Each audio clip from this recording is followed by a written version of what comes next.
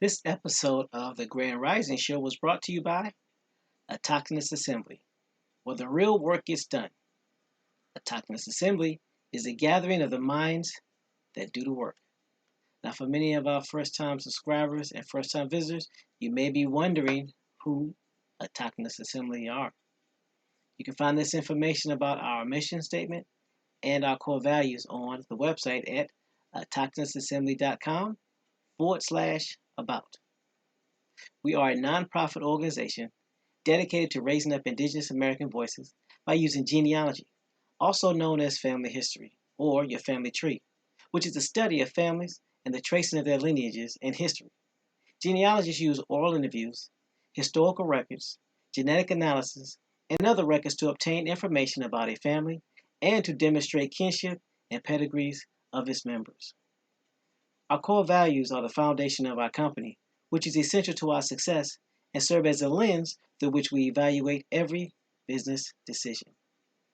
Those core values are, but are not limited to, integrity, which is knowing and doing what is right; respect, which is treating others the way you want to be treated; responsibility, which is embracing opportunities to contribute; and servant leadership, which is serving the common good.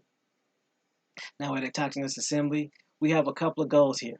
And our first goal and foremost of the reason why we do everything that we do is to ensure that we help you do your genealogy and connect back to your tribe and find out where you are from. Everything we do from the standpoint of the Grand Rising Show and all the information that's posted on the website is dedicated to that one specific purpose, helping you find your genealogy, find your relatives, find your family so that you will know exactly who you are. And if you choose to, tie back into your tribe, whether that tribe is a Native American tribe, an American Indian tribe, whether it's allowing you to determine which house in Africa that you belong to, or what clan of Scandinavia or Europe or France that you belong to. Either way, our goal is to do just that, help you find out who you are so you know exactly where to start. We are not here to tell you who you are, and we're not here to tell you who you are not. We're just here to help you discover your beginnings. Another one of our missions is to help you become financially independent so that you can help your generations for the next 7 generations and be able to put a stable foundation for you and your relatives. And if you should choose to use this information that we provide free of charge to help not only yourself, but your community and your tribe, then we will do everything in our power to make sure that gets done as well. And remember, our goal here is to make sure that we help you get exposed to this information to put you in the best situation possible. So now what I'm going to do now is return it back over to the panel to see if there was anything I missed, and I will go ahead and get set up so we can get ready and get digging into this information. Panel, take it away. Warning, warning, warning. Hard hats, pickaxe, shovel, boots required.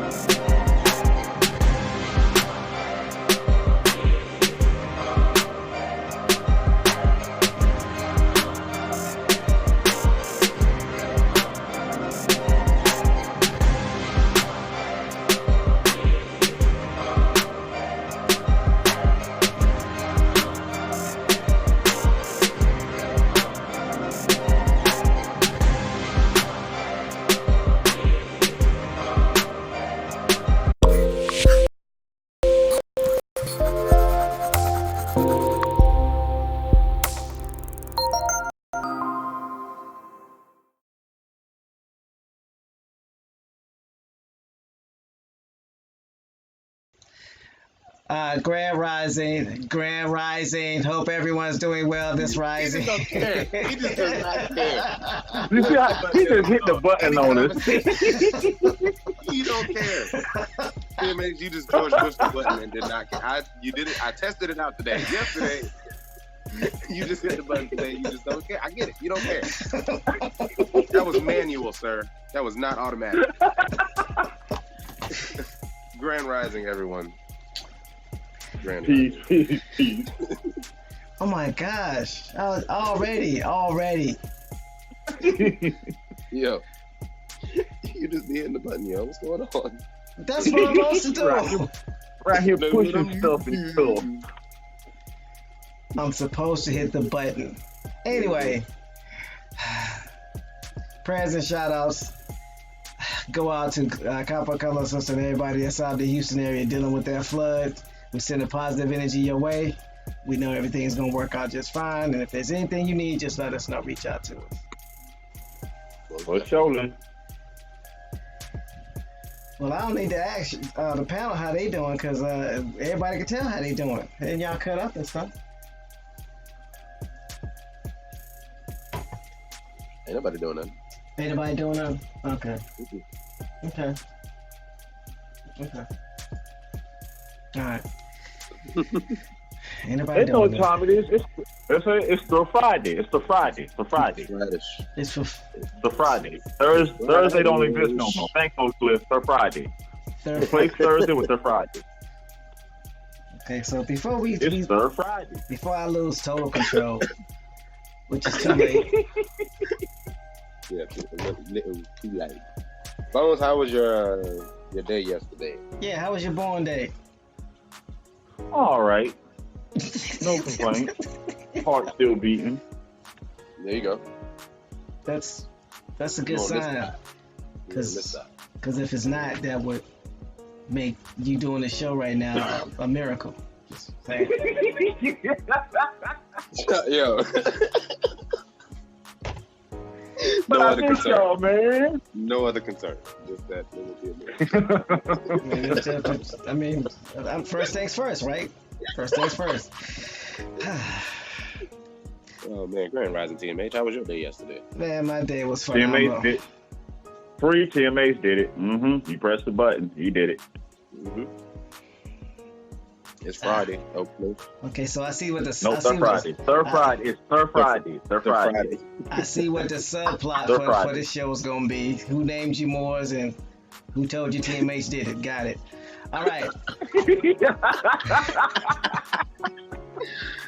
Oh man. Or more or less, who told TMH to push the button? Nobody. All right. Now, with that being said, I wanna. There you go. I wanna welcome the new subscribers.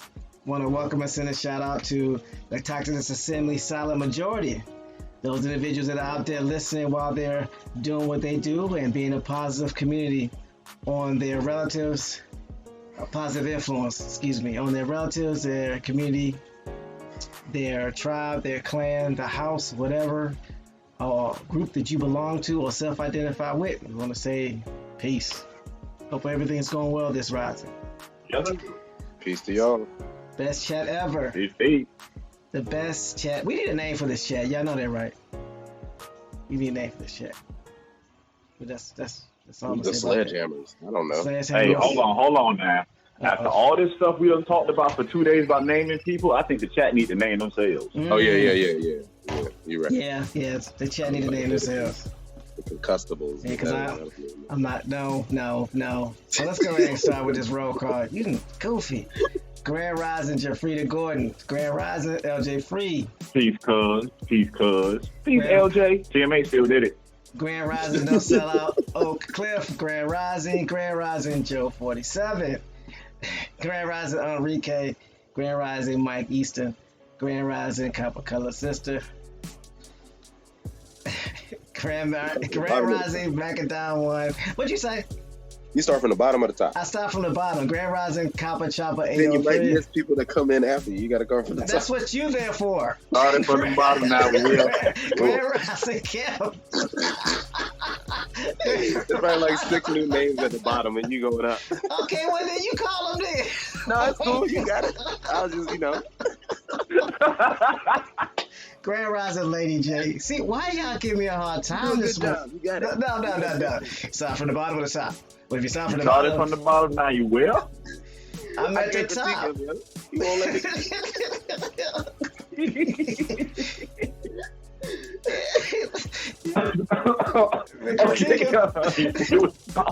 The critique is not the problem. The problem is you got a mic. You can say, DMH, don't forget such and such so.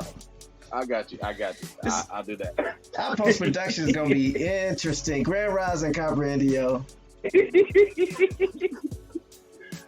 Oh, man. Glad all of y'all caught the cab. Appreciate it. Yeah, it's yeah. So what did we learn yesterday? What you learned yesterday, Bounce? Don't call nobody no name. Let them make it up themselves. So Just summed it up real quick. That was a nice little summary. that even accounts for your children. Just let them get like 5 and just name themselves. Is that what we doing now? Yeah, like we ain't even naming no babies no more. You gonna name yourself at 5. Until you 5, you you. That sounds like a college. Let me stop playing. Well, I learned that there's some grown men afoot using a name that they didn't research, it seems, and that's kind of weird to me. That's all I have to say. Well, again, put this in its proper context. I know I've been guilty of that myself. That's why I was talking about, representing the Sioux without doing the research on it, where it came from, who named us, that, so forth and so on. So I get that part. I mean, in the context of beating people in the head about it. Yeah. I don't think you bust nobody in the head about calling yourself Sioux. Yeah, but what I'm saying is, once that mistake is realized, then change it. Make a change. Don't just defend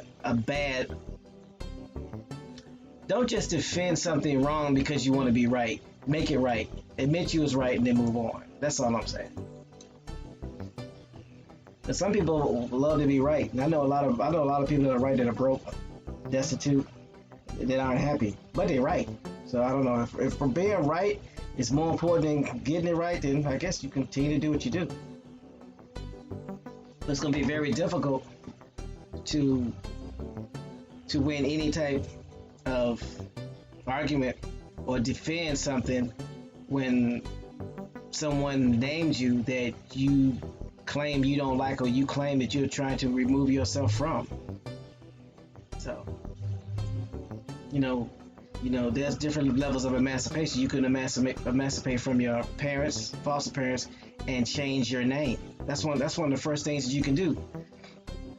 What's the purpose of emancipating from them if you're still gonna keep that same name? You're not really emancipating from them. You just want to create some space. If that's what you want to do, then say that. That's just me. I could be wrong though. It wouldn't be the first one or last time. So basically what it boils down is, as Free says, what's in the name? Why did they name you that? Those are important. We also learned that by continuing to use these given created names, it makes it difficult for us to do our genealogy. It makes it difficult to know who people are. There's a difference between there's a mindset shift when you hear the words Spain versus Iberian Peninsula, but they're the same place. There's a difference when you hear the term Berber versus Spaniard. There's a difference when you hear the term Gaul versus Portuguese. When you put things in its proper context from the origins, or as far back as you could possibly go, that, in my perspective, allows you to start to weaken that indoctrination hold that's on us. So that's what I learned. So I'm sure the chat has some things that they took away from me yesterday, and I'm gonna make a public service announcement. Don't be taking this information that we use to go beat up on people. You don't want to be a bully. Now, defending somebody from being bullied, that's one thing, but don't go into somebody else's chat and be a bully because we all learned this stuff together. That's not nice. That's my public service announcement on that. So y'all ready to hit this punch this clock before we get started? Let's do it. Okay, for a second I was quiet. I'm like, did the mic go out? Can you not hear me? Okay, just checking. All right, let's hit this clock.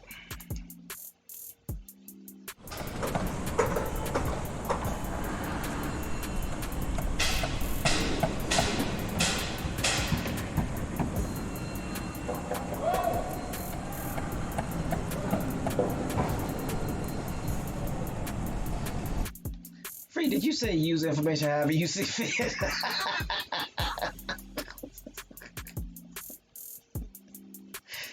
Copper Chopper 803 said it's like karate class, Daniel. So, yes, you're grown. Yes, you can use it how you see fit. I just don't want people to go in there beating up people in other chats and stuff. That's all I'm saying. Defend your position, defend your point, but use this information for good, not bad. Okay. It'll feel good though. Really, Bones? That's what we doing? So we... Don't sell out. Why you keep doing that?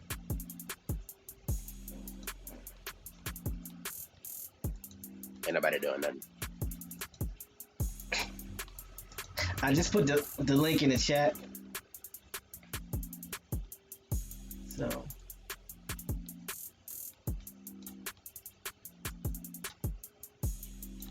Gonna make sure that everybody get this information. We're on the population portion and the in popular culture portion of this wiki page of Moors. So Bones, I put the link in the chat. Are you able to read it, sir?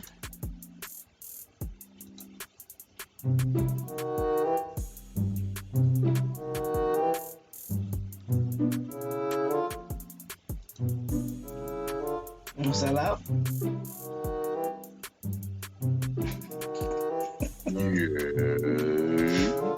Are you able to read the link? You said Bones, right? No, I said no sellout. Don't do that. I know. Yeah, the second time. I'm gonna rewind the tape now. Are you I able already to moved out of population. Free? I pulled population up. Look, you over there. Look, see? I ain't crazy. All right, Bones, you got it. I'm right That after. has nothing to do with you know what? Yeah, okay. Yeah, you messed up. Just read the daggone thing. Is it me or Bones? I don't know. No, sell out. Read, please. What am I reading that? Free said I said Bones first. Dang. Well, that's right. I'm a work in progress. Population. We're on population. Population. As a large and diffuse, I believe, ethnic group, the Moors consisted mostly of Berbers from Morocco and western Algeria, sub-Saharan Africans from Mauretania, northern Senegal, and western Mali, Arab Bedouins, and Arab elite, mostly from Yemen and Syria. Most writings on Moors applied darkness of skin as a trait for any and every Muslim invader of Europe. Stop. Right there, so. What'd you say? What'd you say? I said it's a period. I said it's a period right there, so of course. What was it, 2 sentences in? All right, we got it. We made it. You know what? That was unnecessary. That was so unnecessary. So when it comes to population, now what we're seeing is that It says as a large and diffuse ethnic group, the Moors consisted mostly of Berbers from Morocco, Western Algeria, Sub-Saharan Africans from Mauretania, Southern Senegal, Western Mali, Arab Bedouins, and Arab elite from Yemen and Syria. When we first started, they were just two. It was just individuals from two states, Tangier and Algiers. Yep. Now it's starting to pertain to a large portion of Africa, and then it just says Berbers from Morocco, like there weren't Berbers in Iberian Peninsula. And this goes back to what you were saying, Bones. They're trying to keep you away from Africa. Go ahead. I mean, keep you away from Iberian Peninsula. Yeah, because in the end, you can see by the time they got finished with it, it applied to every Muslim invader of Europe. But you already know that the people coming from that part had melanation in their skin. I mean, that should be no surprise from anybody. It doesn't mean they was as dark as us, but they had melanation.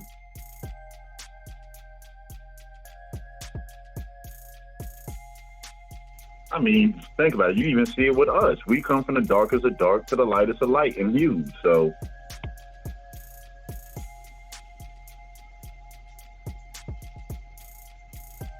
here's a question. Who's naming these people? The Europeans are naming them. Portuguese, Spaniards, which are no more than your people from Iberian Peninsula. Your Romans. Roman family was naming them. Well, nothing more than your Franks. These are the individuals that are naming people Moors, giving them these titles. It's pet names. We're going to call you a Moor because you fit this description, not because this is what you called yourself. I don't think that can be emphasized enough because that's something that needs to be stressed. You wouldn't want no one calling you out your name, would you? Maybe you would, I don't know. But Joe 47 said rough, really? That's something to think about. So it goes from two states in the continent of Ethiopia, formerly known as Africa, being called Africa, and then having those two states out of the 54 states of the continent formerly known as Africa that we call Ethiopia, saying that this is where some Moors are originally, North Africa, South Africa, in the northern part of Africa, to everybody that's a Muslim or Protestant is a Moor. It's not even based off of color. So then what's going to happen is, then it goes from everybody that's a Muslim to everybody that's brown that came over to the Americas, or that were once in Africa. So all they did was they just moved the title how they saw fit to fit what narrative. And when I say they, I'm talking about the Franks. Those individuals that were in power, the individuals that was writing the stories, those Huguenots. Who controls our literature? Who controls the production in movies and film and theater? Who controls the entertainment? Whole education system. Right. They're the ones writing the story. They're the ones that named you Moor. The elite, if you will. Coming straight up out of Boston. Grand Rise do the vision. He says Moor is yesteryear. African American. That's facts. And Bones touched on that yesterday. They're having you focus on Moors being out of Africa, just like they have you focus on who being out of Africa? Us. So then when there's a group of individuals that take on that title of Moors, and they go, well, y'all weren't Indians, Y'all were Moors that were over here first, which takes us right back to where? That continent formerly known as Africa, aka Ethiopia. They did not become Africa until 2,000 years after two of the 54 states in that continent was named Africa.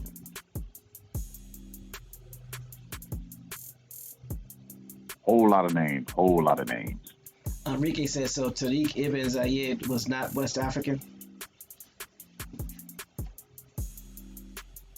Say the name again. Tariq ibn Zayed. The name alone should tell you where it comes from. That's Arabic. You got to remember what we call North Africa is the Iberian Peninsula. That was under Ottoman rule. Spain, to be more specific. Spain, for those of you who make it easier to understand. Yeah, before it was Spain, the Ottoman had it. And the reason why it can be called that because there is a land bridge that connects southern Spain to North Africa. So if it's should we call it Maghreb? Maghreb, yes, call it Maghreb. So it connects the Iberian Peninsula to Maghreb. How about that? Thank you, Sir Bones. And yes, I'm talking to you, Bones, not the other Bones. And not the no Bones. I'm talking to you, Bones. LJ Free says Africa is the ultimate red herring. Yes, because everybody wants to point you. Well, not everybody. The historians, the storytellers, the people with the most to lose if the quote unquote truth is found out. They have the most to lose, so they're always going to direct us towards Africa. They got us pointing to Africa from every which way.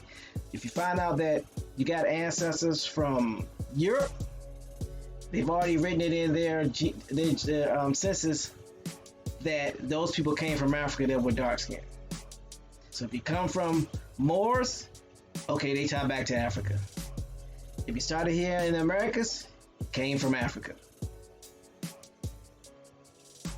So everything ties back to that continent formerly known as Africa.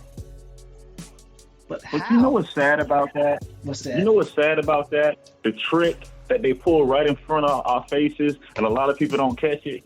They quick to tell you all life came out of Africa, but they only want to sing you there. That's true. That is true. Doodle Vision says, I mean, realistically, shouldn't that be everybody home? Shouldn't they be trying to send everybody back there? Why is only us they want to send there? They ain't trying to send nobody else there but us. Yeah, that's messed up. But in their theory, everybody came from there. Well, take everybody behind back there then. Doodle Vision says Al Andalusia had been under Ottoman rule since Hannibal Barca. Yep. Mike Easton says all those people living in West Africa right now was a migration, and that didn't happen until the 20th century. Yep. They were all Arabs, Berbers, from the land of Maghreb that lived all in that North Africa. Don't worry, we're going to touch on them today. Blonde hair, light eyes, blondish beards. You know them. Here's my question. And again, I don't know a lot about that community, but we know there's a community that's always pushing the African theory. Are they going on European sites and banging on them for not claiming their African heritage? Are they going on Hindu sites and banging on them for not claiming their African heritage? Are they going on other people's sites other than our sites and banging on them for not claiming their African heritage? Because everybody comes from Africa. If that's the case, then everybody should be banged on equally, right? I'm just asking. Ship everybody back. Here's what I said. Send us all back in. What? I mean, because if Europeans, right? If Europeans are claiming Europe, right? And the continent formerly known as Africa is the mother of all civilization, and history is dictating that even though we all came from Africa, everything that's worth anything comes from Europe and the Europeans educating those uneducatable so-called Africans that came over here and became smart once they hit American soil. Then why aren't these Pan-African groups banging on the Europeans, telling them, you got everything from your mother, why don't you show up and pay respects? Why are you banging on the people that don't even control the history? Wouldn't that make more sense? Next one, Tim, mate.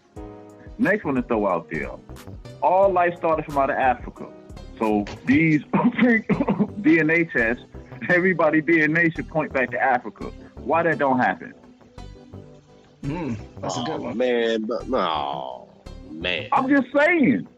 Off of their premise, everybody DNA test should have the same percentage of African in it. Everybody should have sub-Saharan African in it. If you're saying that's where the first upright man came from. So the ones who don't have that are just not of this earth. Is that what you're saying, sir? I think they're trying to say they fish. I don't know. DNA. The house of DNA. All right, I'm going to mute. I'm sorry. It just was sticking in my head this rising. I mean, you have a very valid point. When we start getting down to it and start asking questions, people will get upset. So I think some alien talk will come up if we talk about the people who don't have the percentage of African in them, but with some mountains. No, I'm just saying. I mean, think about it. Off of what they say, if all life came from there, then that means every living thing on the planet has genetic cells that would tie you back to Africa. And I still want to know. Show me a DNA test that comes back to a landmass. They ain't show nobody no person yet. Oh, you came from this well. Show me the person that you matched me up to. Please do. You ain't got no dirt. Doodle Vision says DNA does not apply. He says, I'm still waiting on Jewish DNA. Muslim DNA? I mean, really, y'all know the philosophy I use. I have a daughter born in Florida, a son born in Georgia. So off of their premise, what they trying to tell me is, if my two children was to take a DNA test, one gonna say Georgia, the other one gonna say Florida? Really? Really? Really? That's how accurate they are, yo. Pay the man. Well, if that's the case, why do forensic DNA need a suspect if DNA is that good? You should be able to get the DNA from the crime and go sit and right where the criminal at. Be there before he gets there. Precog.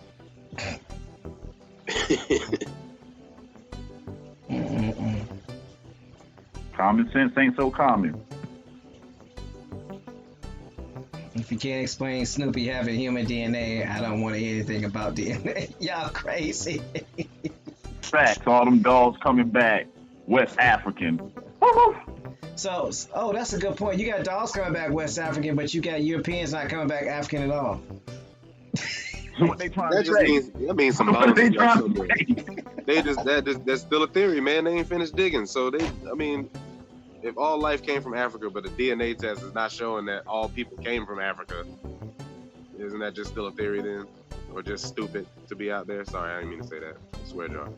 Yeah, Joe 47, we'll check the link. There's a lot of links that have talked about the DNA and how it's for entertainment purposes only, and how it's only how they're taking their estimated guess off of 1% of the information according to the DNA. So if 1% of the information is from your DNA, that means you're 1% right. That means you're 99% wrong.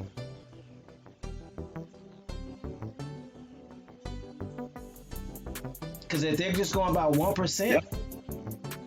You taking 1% of my DNA. That means you have a 1% chance of this information being right and 99% chance of this information being wrong.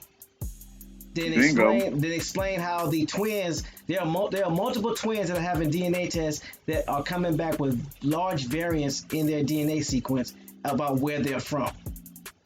But when the studies come up, it says that they are genetic matches, but when it comes to where they're from, there's variances in where they're from. How's that the case?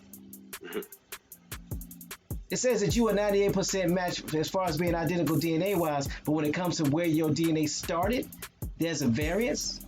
How's that possible? Facts. Oak Cliff said Doodle Vision put out fire videos in the past few days on DNA. Yeah, that's where I got that from. Yep.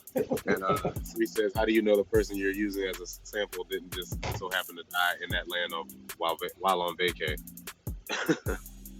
That's like, yeah, wherever your ancestors died is where y'all from, yo. In order for DNA test to work, that means you would have to have genetic material from all of our ancestors that walked on the planet thousands of years ago. You do not, so therefore it's flawed. Once the human body dies, the DNA stops. And here's the thing that I find interesting when you start comparing forensic DNA to paternal and maternal DNA. And I know I'm not probably using it correctly, but y'all understand the point. In order for it to be confirmed that me and my brother are in fact related and have the same parent, they need a DNA from my mother or they need a DNA from my father. It doesn't matter if they get my DNA and they get his DNA. Without my mother's DNA, they cannot tell me that me and my brother are related. Without my father's DNA, they cannot tell me that we're related. So if that's the case, maternal and paternal DNA, wouldn't that be the best DNA to use opposed to forensic DNA? Mm-hmm. Because they don't even use forensic DNA. They use some made-up DNA to do DNA tests. No, but I'm just saying, with the premise that's being spoken about, in order for me to determine that me and my brother who have the same mother and father are related, they need one of the other parents. You just can't take my DNA and connect me to my brother. So if you can't take my DNA and connect me to my brother without my mother and my father, how is it that you can take my DNA without having any of my other parents' DNA and connect me to a landmass? Well, my people supposedly been thousands of years ago. I'll wait.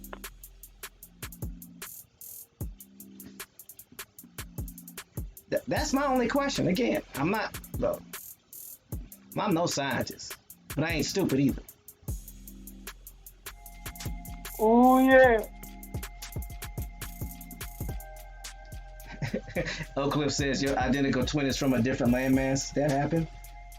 We'll post a link to the video that Doodle Vision dropped. Yeah, I put it in there. I will. I mean, the beautiful thing about science is they can't tell me who I'm not. I don't care what your DNA test says. My ancestors tell me and show me, and it's been proven, it can't be disproved, that I'm Issa. I have a question. To get identification for the United States, can I walk in the DMV with DNA? Or do I need to have some paperwork like a birth certificate and stuff like that? You can bring it with you if it makes you feel better or keeps you company when that long line.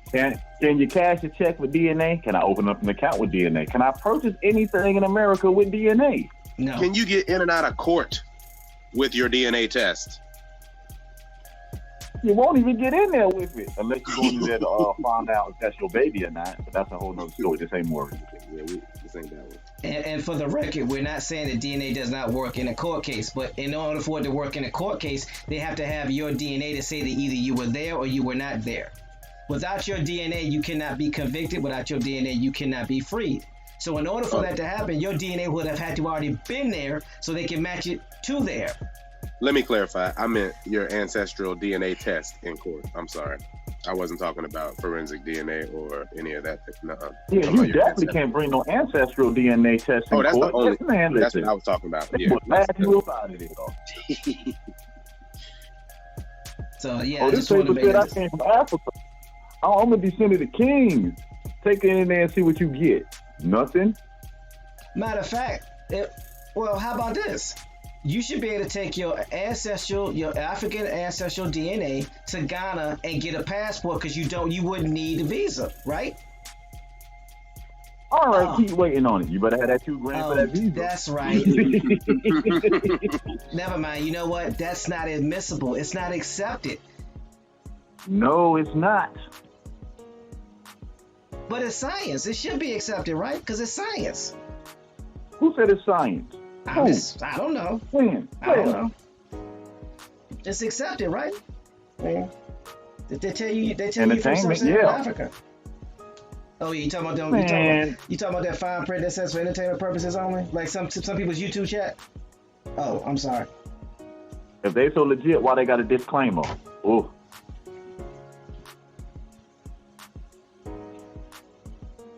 So, I'm sorry, that's enough. Who told you that it was admissible? Who told you that it was accepted everywhere like a credit card? It's not. It's denied everywhere, but that's another story. Joe 47 says no one should need a visa to go to Africa, not just us, since we all are from Africa. That makes sense. But that's how they try you. Relatives, this is how they try us. They tell us that we African, then turn around and say, oh, Ghana wants you to come back home. Not to mention that was the tourist minister that said that. But moving on.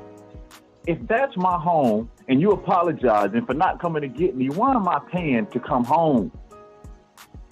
Processing fee, application fee. Oh, I'm sorry.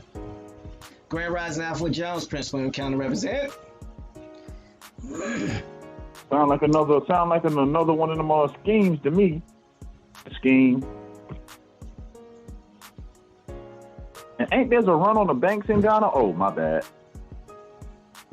Yeah, they're having some trouble over there. Financial issues, huh? And ain't we the 10th wealthiest group on the planet? 1.7 trillion a year? You can use some of that in Ghana, huh? Mm-hmm. DNA is gonna get you. Shit out.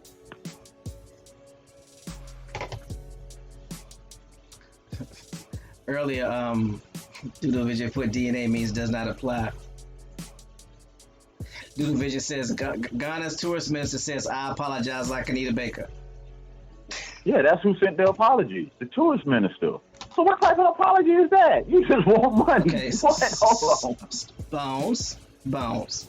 Now, come on now. How do we get to America from the continent formerly known as Africa? It was a ship, right? Right? It was a ship. So if that's the case, Tips? I'll yeah. eat tips. No, ships. It was a ship. So if we got there from a ship, then it would make sense that the tourist minister, who was in control of all the ships going and coming, would apologize, right? Memberships, right? Memberships? But I got to buy that plane ticket and get that $2,000 visa to come back.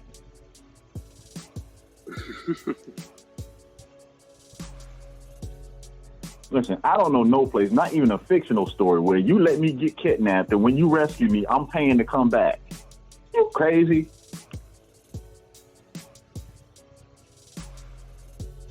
Oak Cliff says I'm good. You sold us into slavery. You sorry because you sold us into slavery. But get this visa, and y'all can come back and you can work over here. You won't be a citizen or nothing. You have to wait 7 years, but you can be over there and pay taxes. Hey, Bones, your home country got to make money too, bro. It's commerce, all right? I know, that's why I'm in America.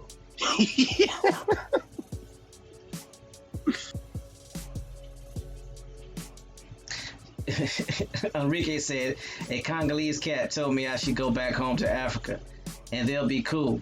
Long as I don't try to run their system. They obviously have an agenda. I mean, how do we get on this subject? Oh yeah, we was talking about the continent formerly known as Africa. That was originally called either Libya, Corfu, or Ethiopia. Before it became Akibalan. Before it became Africa in the northern two states of Algeria and Tangier, and then 2,000 years later, the whole continent became Africa. So we're talking about that continent over there. because that's what they're trying to tie all the Moors to. Even though the Moors are nothing more than your Berbers, your Berbers. Why do I want to say Beaver? They're nothing more than your Berbers from the Iberian Peninsula who came down and took control because there was a land bridge that allowed them to walk. Yes, walk from southern Spain or Portugal to the continent formerly known as Africa. And when we say Spain and Portugal, we're talking about the Iberian Peninsula. Just so you know. In the Port of Gaul, them Frenches that set up in the Port of Gaul, Portugal, or Portugal, or Portuguese. Who speak a dialect of Latin, aka Ladino. Grand Rising the Rand, he says, we have to remember this is like chess. We still need pawns. Is pawns a French word? Hold on. Is chess a French word?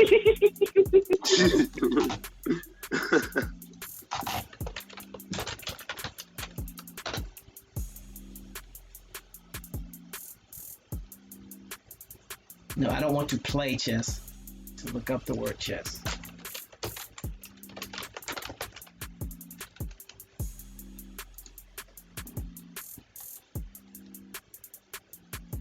Peace to the chat.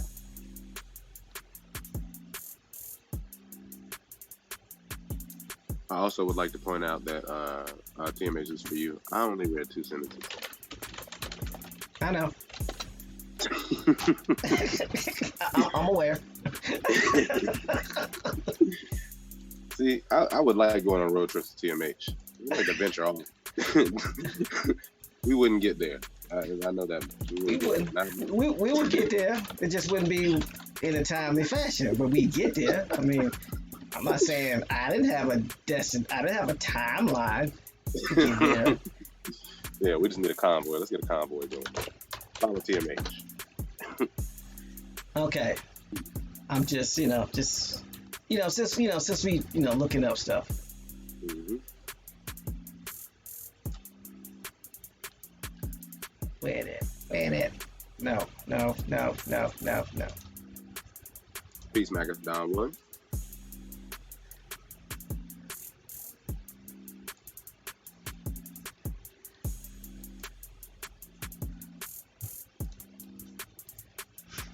So let me go ahead and share my screen.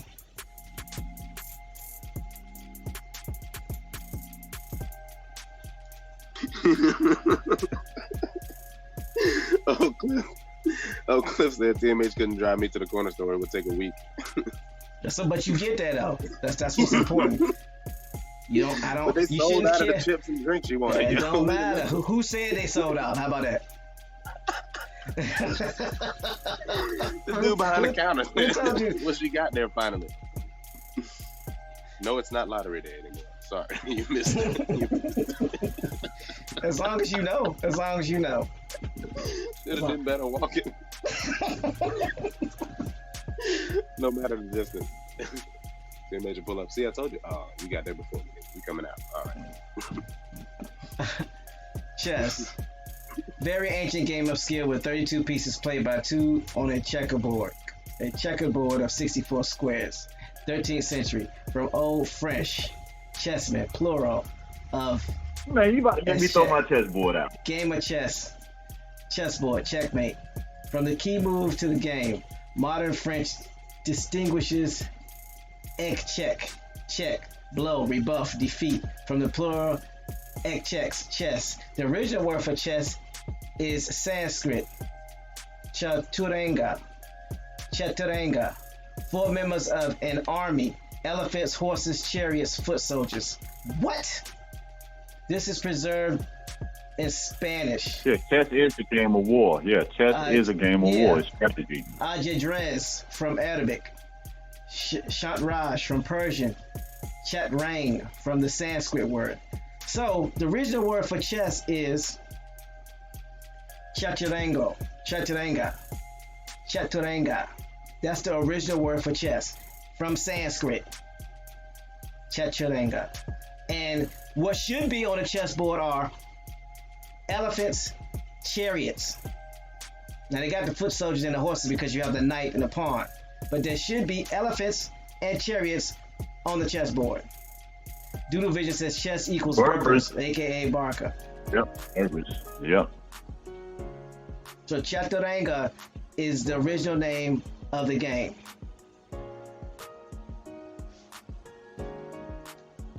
Say that last part again, what y'all said about what James said. Doodle Vision says chess equals Berbers, aka Barca, Barca.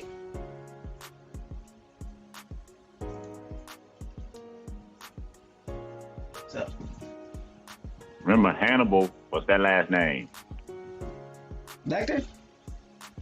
No, wrong Hannibal. What was Hannibal's last name? I don't know. That's what I'm asking. Hannibal Barca. Oh. Strategy. What did they learn? What did these Europeans learn from these people later on that you would call Africans? Man, what did the world learn from these people? I mean, let's be honest. Military tactics and strategy come from them. I mean, every civilization puts something in on the pot. That's why they were never so keen to run their behind down to South Africa. Because they got Mali. Not at this time. They got Mali. Well, you got to remember, then Hannibal take elephants all the way up to the Swiss Alps. Darn. Doodle Vision says, what did Hannibal Barca use to take over Europe? Elephants. So why is the main thing, the main strategy in a Chaturanga use is not an elephant? You know they got to change the pieces. It'll tie you back into the real story. His story. Or our story.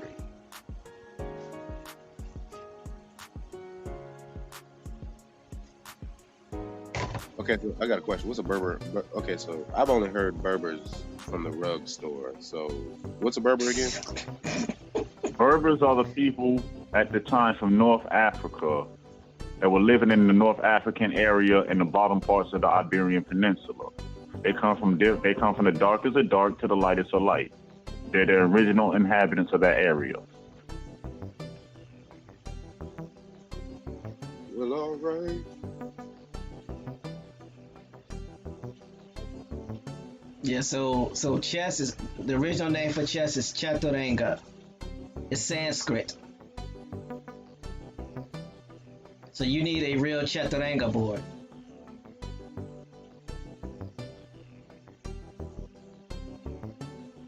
Mikey says, right, Hannibal of Carthage.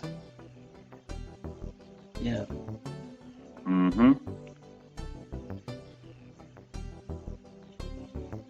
You said, why they try to get rid of all traces of American elephants? Again, that, if you think about it, they've got rid of a lot of the animals that originated in America. Because if they don't, then you have to explain why all those animals are in America. And if they're claiming that Africa is the motherland. If Africa is the motherland, then that's where a majority of the animals are, right? And plus, it would be harder to put your mind off into the land of Africa if you see that there's elephants over here that don't tie back to the elephants on that side.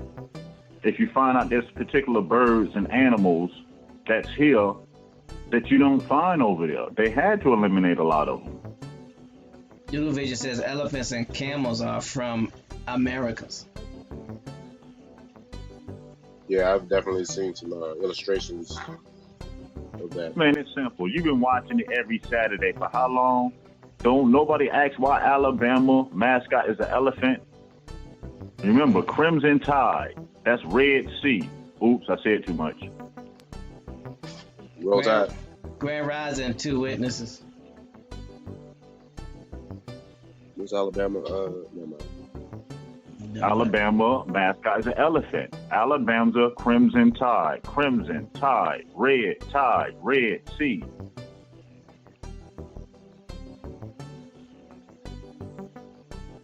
Joe 47 said the North American lion was bigger than the African lion.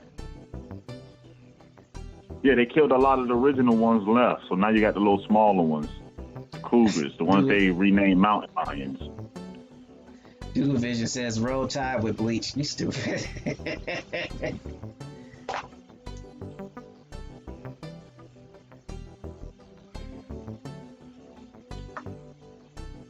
Recess, ground zero, everything got started. Or you think they try to keep telling you all these elephant bones that they do find in America? Oh, those old woolly mammoths. All of them? Really? Really?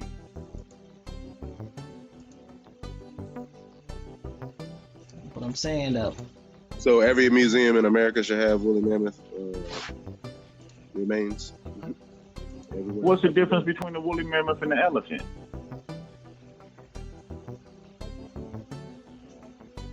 One got hair, one don't. One covered in hair, one not, right?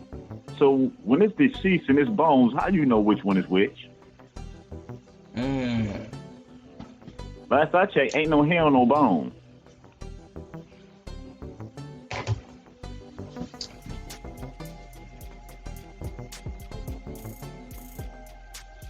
I'm sure a lot of animals also got shipped away, imported to other countries too. LJ Free says, why was it elephant graveyard? Yeah. He said, why was it so important? And why do we have elephant graveyards in America? See, they'll tell you, oh no, all these elephant bones, or no, they won't call them elephants. All these woolly mammoth bones that they found over here, oh, they all got stuck in the tar pit. No. What is the unique thing about the elephant culture? The elephant, when it's his time to die, they all go back home. They all die in the same spot home. Don't let these people fool you. Ain't no tar pit. Doodle Vision says, Mr. Snuffleupagus from Sesame Street.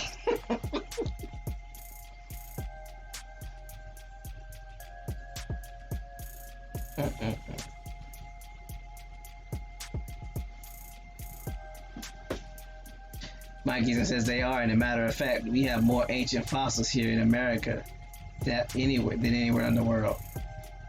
Yeah, there's more elephant fossils here. Do not let these people fool you. Kabakula says, I'm getting tired of these storytellers.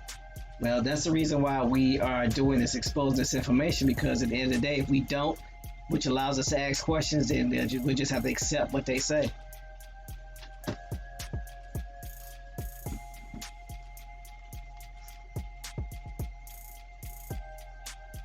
The links that y'all You want to find the other Red Sea? Tell me what color that water turned from that red clay when the water rises in between Alabama and Mississippi. What color do it turn?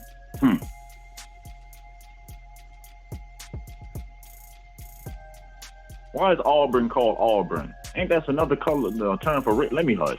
Too much already. Come on.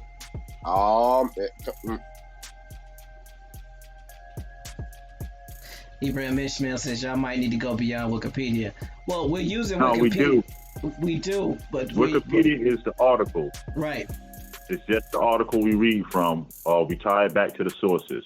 Exactly. The sources from Wikipedia are at the bottom of Wikipedia, which most people, well, I ain't gonna say which most people, because that's not a true statement. Which a lot of people just totally ignore. So there's a lot of information that you can garner, but it's easy for people to get to it quicker and access it. So any books that you can find on the subject, I would encourage anybody to go purchase those books or try to download them and archive them before they disappear. Yeah, because I see there's been a lot of discussion on researching and primary sources and this and that. All you have to do is remember when you was back in school. If I'm reading a book on Moby Dick, the book isn't the primary source. The book is the story. The book is the article. Now the primary sources becomes where the author get their information to write the story. It does not mean you don't read the story. You're reading the story. You're reading the article. So you can get the information out the article. Then you tie that information back into where they got it from. Like we said, at the bottom, you can see the book. It shows you the book, the year the books were written, the page you can find the information in the book, card catalog numbers, microfiche if there's pictures. IBSN numbers. And that's basically what it boils down Again, to. we have to stop letting people tell us stuff to be telling us stuff. The reason why you can't use Wiki for a primary source, just like the reason if you did a book report, the book you're doing a report on cannot be a primary source. Exactly. Well, And at the end of the day, this allows people to do their own research, pull their own sources, come back with the information. Because again, and we're saying this for people that can't read the chat, so they can hear the conversation. That's the reason why we always read the chat, so people know what's going on. So Ibrahim, we're not banging on you, nothing, not coming at you anyway. Hopefully it doesn't sound like we just thinking some clarifications. At the end of the day, people need to go do their own research and know that this information is just one source, it's just one part. But at the end of the day, there's some truth in everything. And if you can find that truth and then go do some research on that truth, what it does is it opens up a lot of doors. You know, it doesn't take rocket scientists to let us know that the term Moor was not the original term of the Berbers. That information can be found in multiple sources. And there's multiple sources that will corroborate it. Or you can just ask a Muslim that been born and raised and whose whole family been over there their whole life. I mean, it's really not hard to find out some of this stuff, man. People still live over there. People do speak Arabic. I speak Arabic. Uh-oh, wait a minute. Stop. Interesting. Okay. I don't think people heard that. Too much. Yeah. You speak Arabic. Interesting. I speak broken English. Moving on. So yeah. What? That's a language. Broken English is a language. Hey, I speak Jamaican 757. How about that? Yeah, and just like Doodoo said, and we all speak a form of Arabic. If you speak Spanish, you speak in a form of Arabic. Even speaking English, you're speaking a form of Arabic. Look it up. Don't take my word for it. Doodoo Vision says counting equals Arabic. Yes, it do. Alti Clay says Ebonics. That's me. That's my specialty right there. Ebony CS.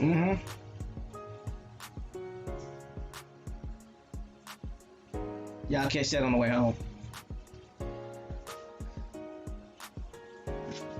All right. Don't sell out. Don't sell out.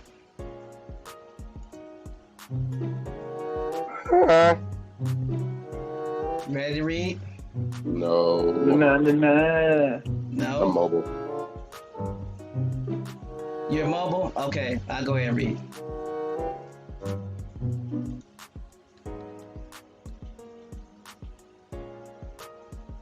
Uh-oh, no sellout. A mogul now. Uh-oh. He's mobile. Take that. So, we're going to read in popular culture.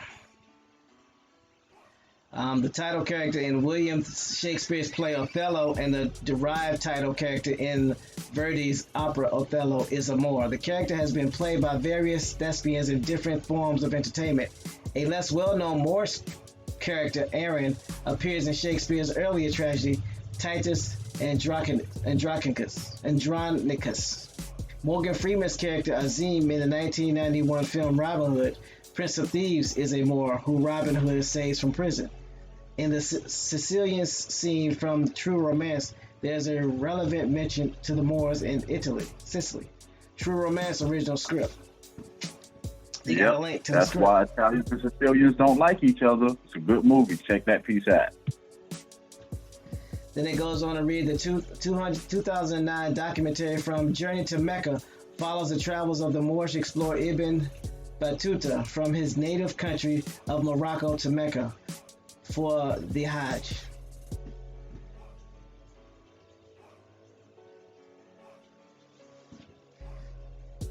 Mike Eason says, my son has been getting in trouble in school as far as history goes, and right now they are talking about the 13 colonies.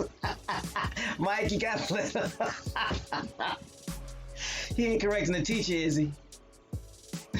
Hopefully he's not correcting the teacher. The Doodoo Vision says... the name of the movie is True Romance. It's a scene in the movie True Romance. It was Dennis Hopper breaking down the history of the Sicilians and the Italians.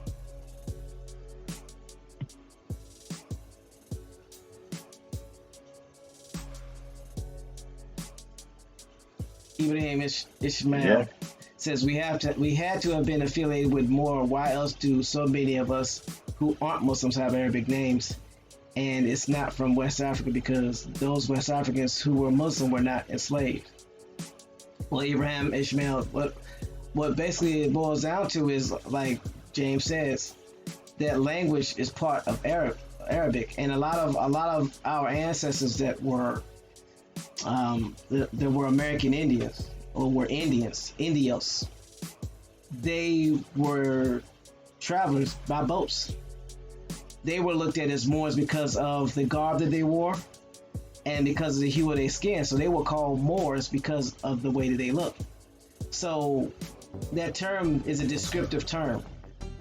It went from being a descriptive term for a group of people on the continent formerly known as Africa, to being a descriptive term to Muslims, to being a descriptive term from anybody that they try to tie to Africa. So, I got you, Ibrahim. So, yeah, you're right on it. You're right on point.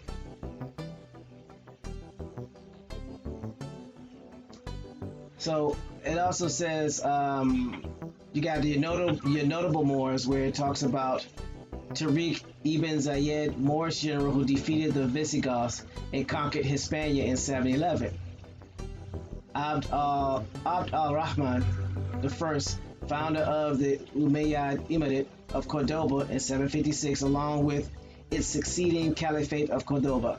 The dynasty ruled Islamic Iberia for 3 centuries. And what do we know? What do we know Iberia to be? Iberia is what people today are calling Spain and Portugal. Ibn al. And you know what else I think the problem is too? What's that? When we separate the names, when people be like Moor or Berber, in reality, it's the Ottoman Empire. Yeah. There's no way around that this term Moor was used as a derogatory meaning. The first time it was ever used, it was used towards a particular group of people. It being used towards Arabs and Muslims, then people of color, that's a period over time. But go back to the origin of the word. Who was it used on first? Then you have your true definition.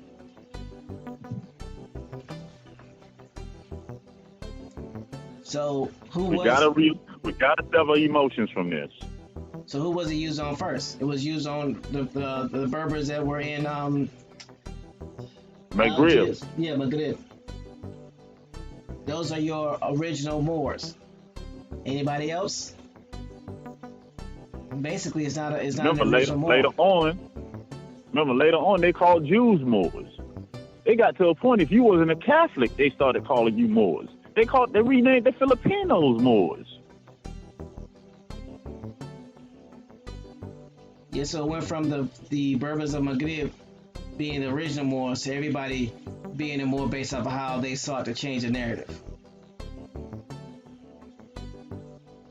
So unless you are a Berber from Maghreb, unless you got descendancy from there, then that should be the name that you should be calling yourself. If you really want to call yourself a quote-unquote Moor, then because they were the first individuals to be called a Moor, based off of the research that we've done thus far, then you're tying yourself to the Berbers of Maghreb, which is in Algeria and Tangier, which was originally called Algeria and Tangier, and then they changed the name to Africa. Basically saying that your allegiance is to the Ottoman Empire. That's what you're saying.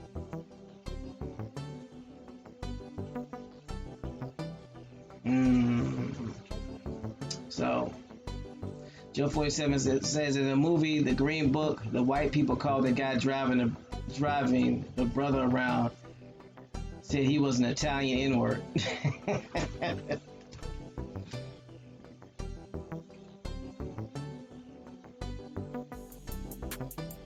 So, there you have it. Okay, so there's some other notable Moors. Ibn al-Qutiyya, Andalusian historian and grammarian, is a Moor.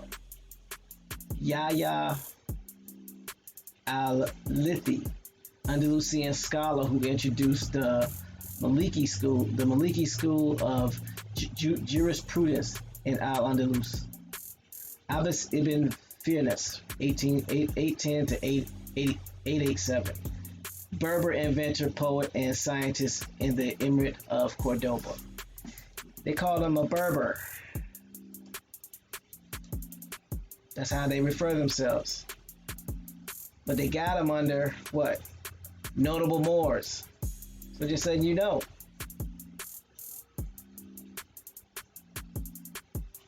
Osama al-Mijliti died in 1007. Andalusian writer believed to have been the author of the Encyclopedia of Brethren of Purity and the Picatrix. Why does that sound like Pikachu?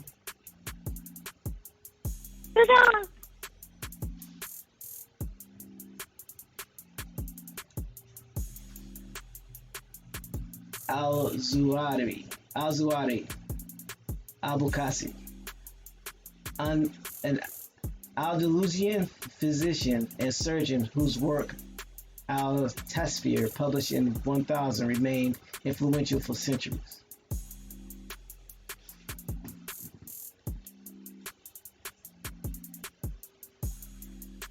Said al-Andalusi, 1029 to 1070. An Andalusian Qadi, historian, philosopher, mathematician, and astronomer. They are crediting these individuals with some astronomical work. So, but then they tell you they're in Andalusia or Andalusia. Where was Andalusia? What is that place called today?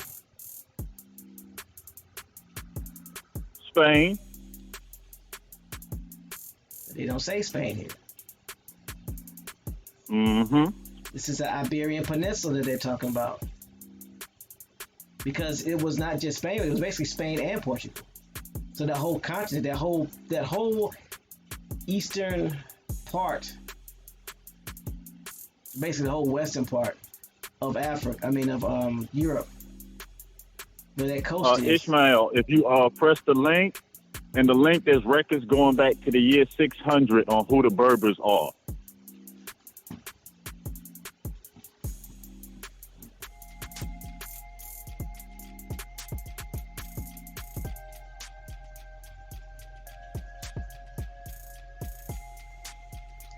So yeah, so these are some of your notable Berbers or individuals from the Ottoman Empire when this continent or this portion of the continent was under control by the Ottoman Empire. Grand Rising Lafu one, it says a good book on Muslims in the West is African Muslims in Antebellum America, translating stories and spiritual struggles. All right. Y'all can check that book out. Grand Rising Trabab.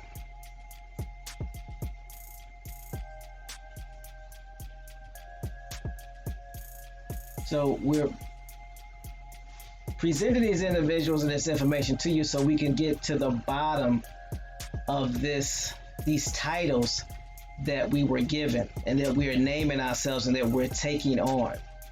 Again, who called you a Moor? Who called you a Cherokee? Who called you fill in the blank? And then the next question you want to ask yourself is, what did my ancestors call us? And if what your ancestors called you does not line up with what these individuals called you, then what should you be referring to yourself as? Grand Rising Pamela Hall. Again, who gave you the titles that you're using? Who gave us the titles that we're using? That's the first question we should ask. Second question we should ask, do those titles match what our ancestors called us? Once you find that answer, and you find out that the title does not match, then you have a choice. You can choose to go by the title that your ancestors gave you, or you can choose to go by the titles that your fake uncle Nuck Nuck Man Man and them gave you. Doodoo said something in the chat that I think everyone needs to pay attention to. Why are they not referring in the 700s as South Africans being Moors? Not one time in the 700s, 800s, 900s, top of the 1000s, 1100s, 12, 13, you hear of a South African being a Moor. Let's not be food relatives. They're changing names to make you be something to run you to another landmass. The Berbers are from North Africa and the Iberian Peninsula parts. Don't get tricked off your land. Pamela Hall says, how when sub was mostly desert? Exactly, that's the whole point. They weren't African. They came to that part.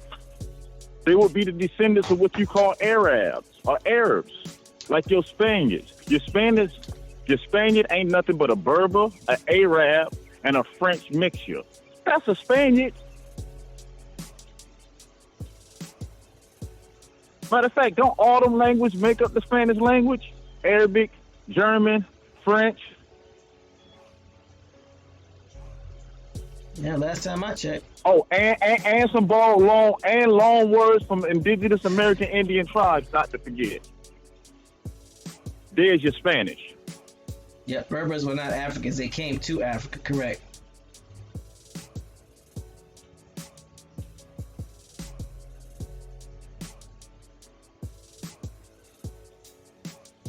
Golden Moon says, TMH, well, they was ignorant and they didn't know, brother.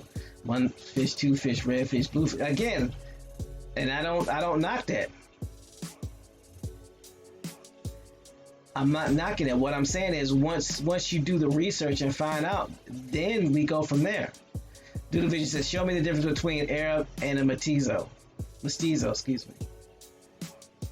And Ibrahim says, I'm not sure Arabic is related to Spanish. Yes, Arabic is related to Spanish. Look it up for yourself. Spanish share words with Arabic. We did this, 3 days ago? Mm-hmm. 3-4 days ago? All the languages that came together to make your Spanish language? Look it up.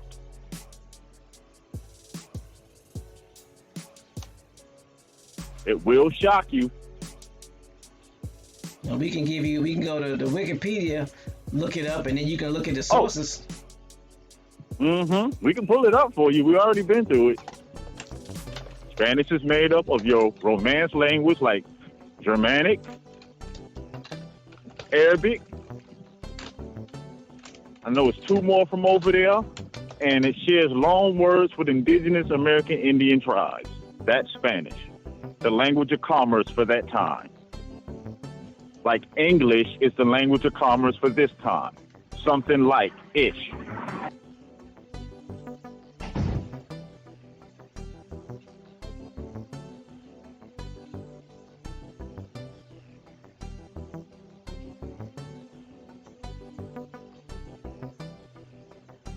Hold on, let me see. Oh, I mean, like I said, I speak Arabic. Grew up speaking it my whole entire life. I'm not guessing on this part. I can tell you. It's a part of my personal life.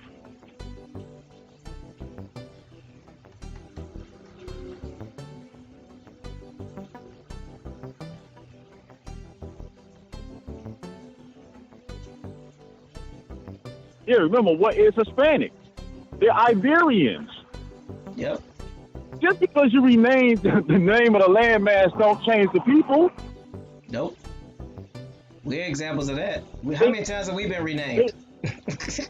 Exactly. We still the same people. So how throwing the name Spain on these people make them a whole new set of people? No, they're Iberians who happen to speak Spanish now.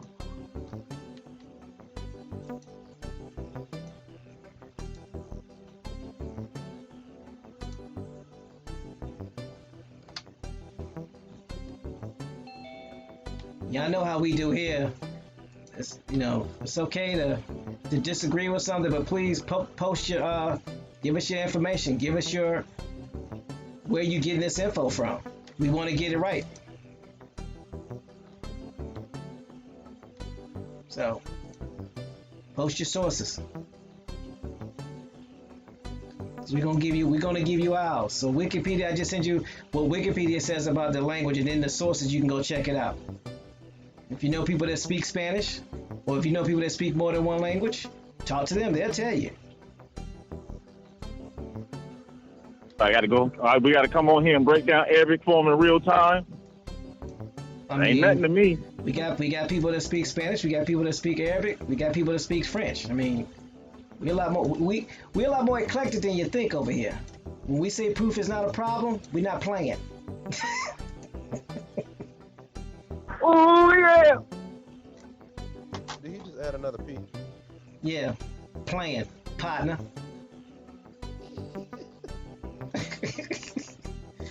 Oh, again, Hispanics are Iberians who happen to speak Spanish now. That's it. We just went over the history of the landmass on what its original name and who was living there. Who was living there before King Isabella, with Queen Isabella and Ferdinand got married. Just because these two people got married and put a new name on the landmass don't change that Iberians were living in the land that you call Spain today. There's no such thing as Spanish people running around here. That's a construct. We gotta stop being fooled. Right, because it's important. Because here's the number one question: what were these people called prior to 1502 or 1492?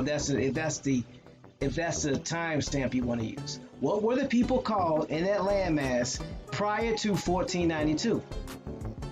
They were called something. They weren't called Spain. They weren't called Spain. So if they were not called Spaniards, what were they called? And if they have not moved, what are they called? Iberians.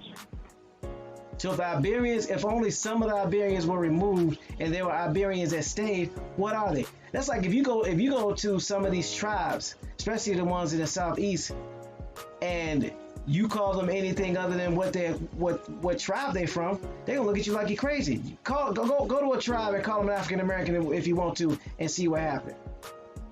That's right, he ran prior to colonizers. What were they called prior to colonization? Just because a colonizer renames you, that doesn't change who you are. That changes what they tell you are. That doesn't change who you are. That doesn't change your makeup. That doesn't change your family tree. That changes how you name the people in your family tree. So simple. Before the wedding, and even after the wedding, all the way up into the 1500s, Spain, what you call Spain and all that, it was under Islamic rule. Matter of fact, Morocco is still under Islamic rule. Come on, man.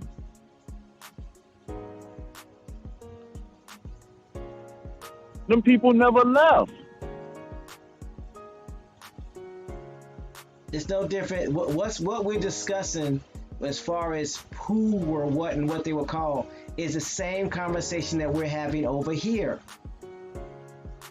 What were the Mexicans called before they were titled Mexican? What were the quote-unquote African Americans titled before they were African Americans? What were the Americans titled before they were called American? Just because you give a new name does not change with their family tree. That's the trick. And what we got to do as well with this research, we got to get out this box.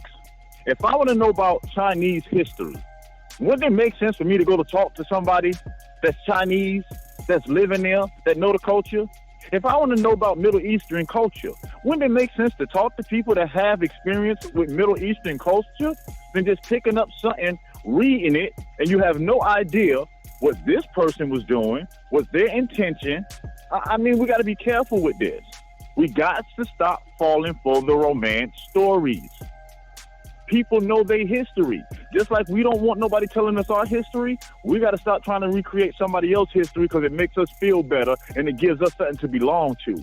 We are home relatives. Let's stop trying to be everybody else and let's start being ourselves for once. I can dig it. Joe 47 says his daughter's car got flooded out on campus. Is she okay, Joe?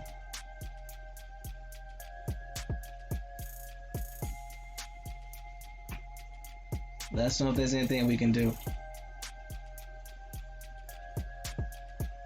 Says, yeah, she's fine, but the car not. Yes, it's a car, not a sub, so we get it.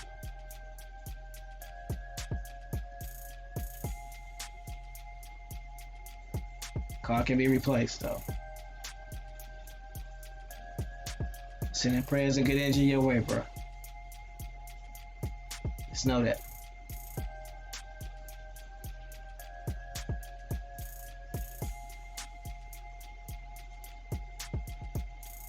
Because at the end of the day, we go back to our communities, fighting over images that's not even us. Fighting over who's a Pan-African and fighting over who's a Moor, neither one of you. Come on, man.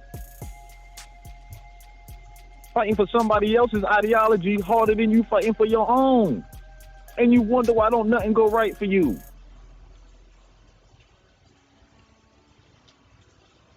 If somebody told you something and you did not look it up and find out for yourself, you a fool if you follow it. I'm going to say it again. If somebody gives you information and you don't look it up, you just follow it, you a fool. Mm-hmm.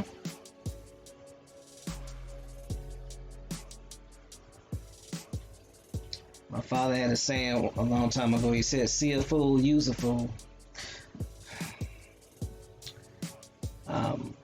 Let's see here, no there. Stupid. So again, we gotta be careful of these titles that being thrusted upon us by anyone. And I think one of the biggest challenges that we have is just because somebody that looks like us tell us this is who we are, it's what we believe, and we don't do the research on it. So because somebody looks like you tell you that you're Moor, or because somebody looks like you tell you that you're Cherokee, or because somebody that looks like you tell you that you're Sioux, or somebody that looks like you tell you that you're fill in a blank, it still needs to be checked out. Who named them that is a question. Who named them Moors? Who named them Cherokee? Who named them Sioux?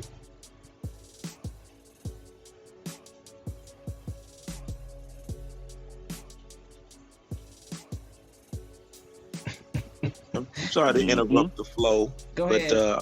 I hope Ibrahim. Hey, James. Greetings, one and all. I came in through the window this time, like bruh man from the fifth floor. Yeah. Like he's supposed to be there too. Ah. I know you didn't just Trying to give me some sandwiches.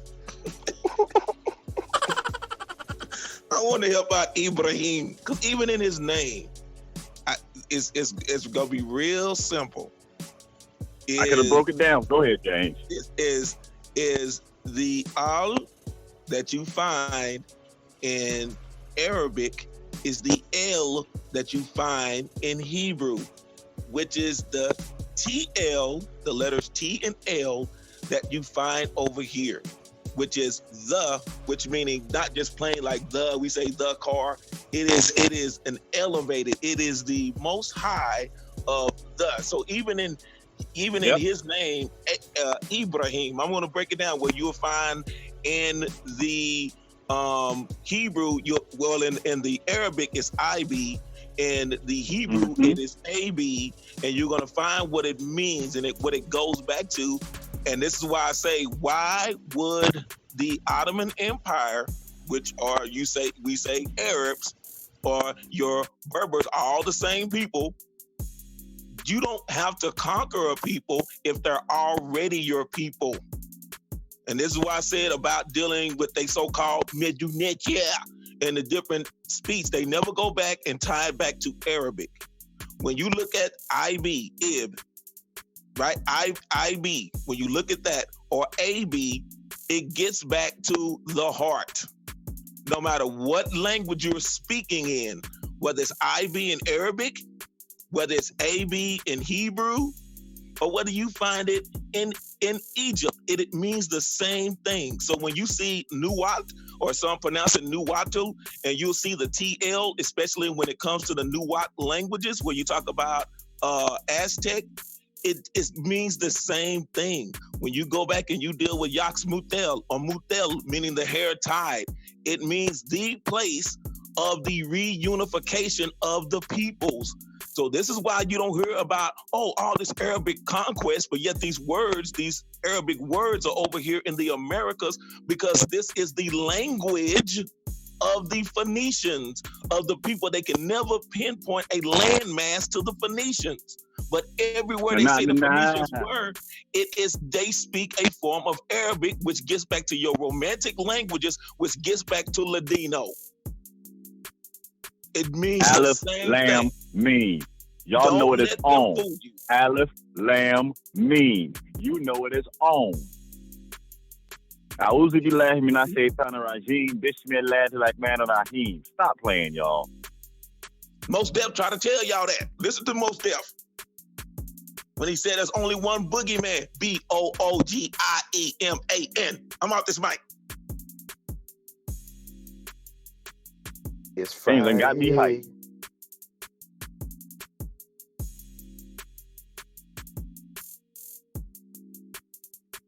You know how they say everybody got a little realm? I feel like y'all done stepped in my realm now. This is why I feel comfortable. Right here. He throwing bows with the locals right now. You know, like I said, I had no choice. I had to go to school. I've been to Islamic school and all, so I don't know what these people talking about. I speak the language with my eyes closed. I said, my father is an imam. He has been an imam over more than my life. So when it comes to this language and who these people are, y'all can't tell me nothing. I'll point you to the source. Golden Moon said, hold up. Bones, who are you? Oh, man, yo. Yeah. That's why I put in the chat earlier about Al Andalusia, the light. You're walking in the light. When you see, what's his name? Speedy Gonzalez. What did he say? Andale. And he starts running. You are the light runners. So when people tell you about the Illuminati, we the original light bearers. We're the ones that they keep talking about, the Homo sapien, the upright man. They were referring to us. Sabines. I told you earlier about the Saba, the keepers of the book. Same people, the upright Your people. chosen people to spread the message. Your chosen people who spread the message. But relatives, we can't get comfortable in that, because if you read the full story, yes, we were chosen to spread the message, but we dropped the ball, and that's why we got to get back on code, y'all. Let's stop playing. Yep. We have a job to do. We failed. Start smelling yourself. So we are the heart, and you're gonna get back to the same people. I want to go back to the Eve, same thing, meaning the heart. So when you're breaking it down, you're talking about the beloved. And who was this name that became a derogatory name that they were given of the beloved? It is Amore, the beloved. It is the same people. Still, I put it in the chat all the time. Aroma, fragrance, that sweet fragrance. If you look at all of the towels, when you look at originally the towels that were studying the cosmos in Spain, and then you go to Mesoamerica, those same towers are in ancient Mesoamerica. So how did those same designs, when you talk about the telescope and they're using now, and they got the big bubble up there and they can rotate it around 360 degrees and look at all the planets? It started in Spain, but even going back further, the modern, what we call modern is Spain, but you go to Mesoamerica, you find those same bubble towers with the telescope. It hasn't changed. It's telling you the same people. So you telling me people, like Brother TMA said earlier, you got kidnapped from West Africa, you were dumb, then all of a sudden you get over here and you get smart and start fighting and defending yourself. But you know all the landscape, you know all the crops, and you're still dealing with the same people. You got to go back to agriculture. How did squash, pumpkins, potatoes, sweet potatoes, turkeys, tobacco, marijuana, cocaine, how did all of that get to all of these ancient lands? And again, you don't have to defeat a people if they are already your people. Which is why why they just now talking about, the Ottoman Empire was ruling Egypt. They were cousins. The Ottoman Empire, exactly. They came over here. Why do you not hear about, it was this battle and that battle going on between the Ottoman Empire and the Indians over here? Because you cousins. We never fought. We never fought each other. I yield the mic. I'm sorry, y'all. Y'all pulled me out of retirement. I was sitting on my couch. You fought people together. Now to continue on what James was saying, we have never fought each other. Nowhere in our history have we fought each other. But guess what is in our history? We teamed up to fight others together multiple times in our history.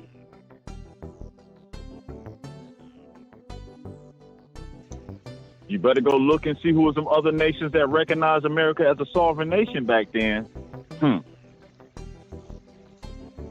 Welcome back, James. I got one word to say about that. And that's all I'm going to say about that. Brother, no sellouts fault. I've tried to retire in 3 different levels, in 3 different times.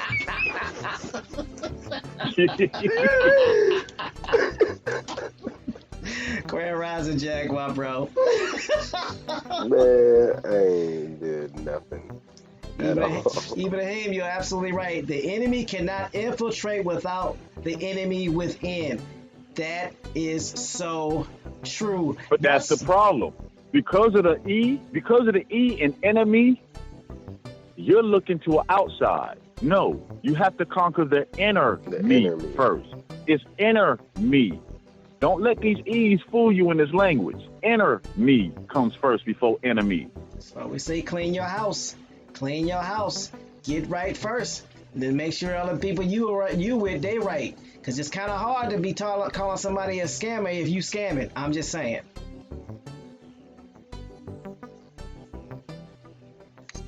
EJ Coppertone says, when did Germanic graduate to Romantic? It's always been in the same language family. The difference between them is, on the German side, it's pronounced a little bit more harsh. But if you study their history, they understand each other. They're the same people. They're Gauls, Franks. It's no different. If you think about harsh tones and harsh sounds, do people in Boston sound like people in Macon, Georgia? The answer is no. Here's a question. Do people in Boston, Massachusetts understand people in Macon? Then the answer is, for the most part. Yeah, for the most part, yeah. So how is it that the Germans and the French can't understand each other? Or the Germans and the Spanish can't? Yes, they understand each other. They understand each other clearly. I'll give EJ Copper Tony. If you look at what we talk about, the Latin world, what we call Latin America, and I always say Latin America is anything south of the Mason-Dixie line. Anything south of that. Don't let the smooth taste fool you. So anything, all of your southern states, because all of us still deal with, like I say, you Alabama, you get back to Alabama, as it was broken down earlier, dealing with that elephant and that crimson tide.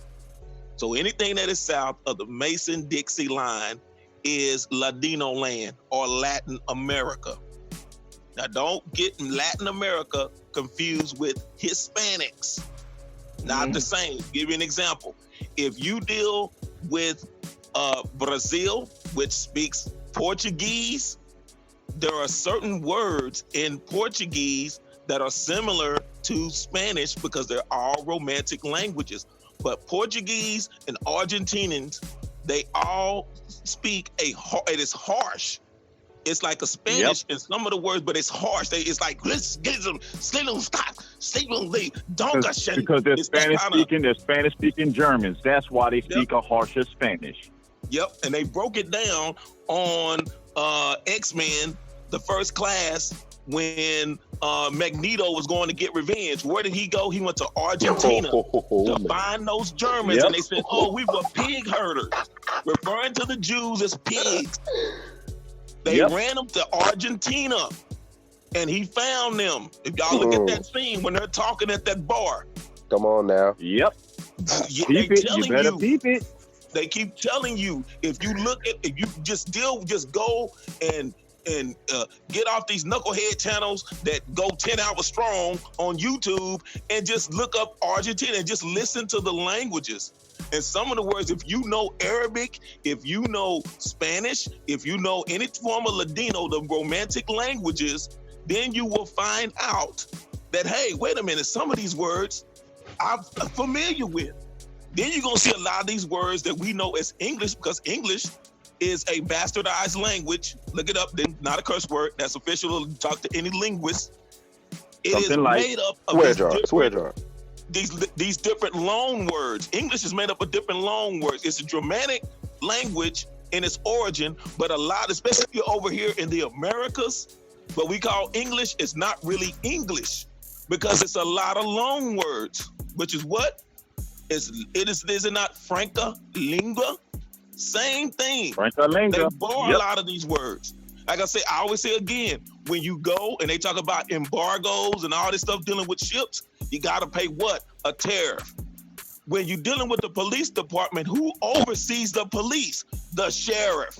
Those are Arabic words. Sheriff, tariff, yep.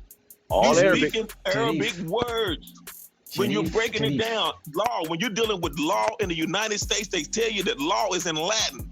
But you look at that Latin and you say, wait a minute, why are these Arabic words? That's why people talking about, oh, I don't want to deal with Sharia law. I don't want to deal with blah, blah, blah. You're already living in it now. What do you... You're already living in it now. I'm sorry, go ahead. You're already living under some forms of Islamic law right now. No joke. Where do you think they got it from? They're just because our ancestors was living under the same law. See, the problem is, like we always say, people telling you what something means and you taking it instead of going to read it for yourself. Read it for yourself. Why all presidents run? Let me hush. This is a bill for another day. My bad. Let me get off this soapbox. EJ Copper, Tony. Yes, when you're looking at these Barbary wars and you're dealing with these Indian wars, they are one and the same. When you're dealing with the black pirates, which is why I say this is nonsense, where they keep talking about for example, the Garifunu. The Garifunu that you will find in Belize, Guatemala, Venezuela, all throughout the Gulf side of the Americas. What we call is Mesoamerica to South America. And they will tell you like, hey, we're from St. Vincent. But you will find out the battles, people keep trying to say they from Africa, even some of them. But now the swing back is they're saying we were never from Africa. We were the ones that were punching the Spanish in the face. We were punching the British in the face. And they were saying we can't control them. They were already here. So you're dealing with these pirates. These were the ones that were saying, nope, we're not going to do this. Nope, we're not going to do that. Nope, we're not going to do this. And this is why when some of the explorers would come back and they say like, oh, this island they're disappeared. We killed them all. Nope, they just went to another island because they were all one of the same people. Which is why when you go to Belize, when you get to any of that area, they will tell you we are Caribs. And they say, wait a minute, you on the mainland, you're not in the islands. They all the same people. So you're dealing with that. When you hear about Blackbeard and all these pirates with the macaw on there and they talking.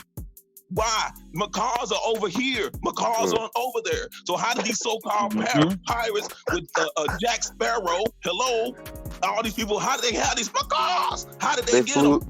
I got a question. Anybody know why there's a copy of the Holy Quran on every president's desk?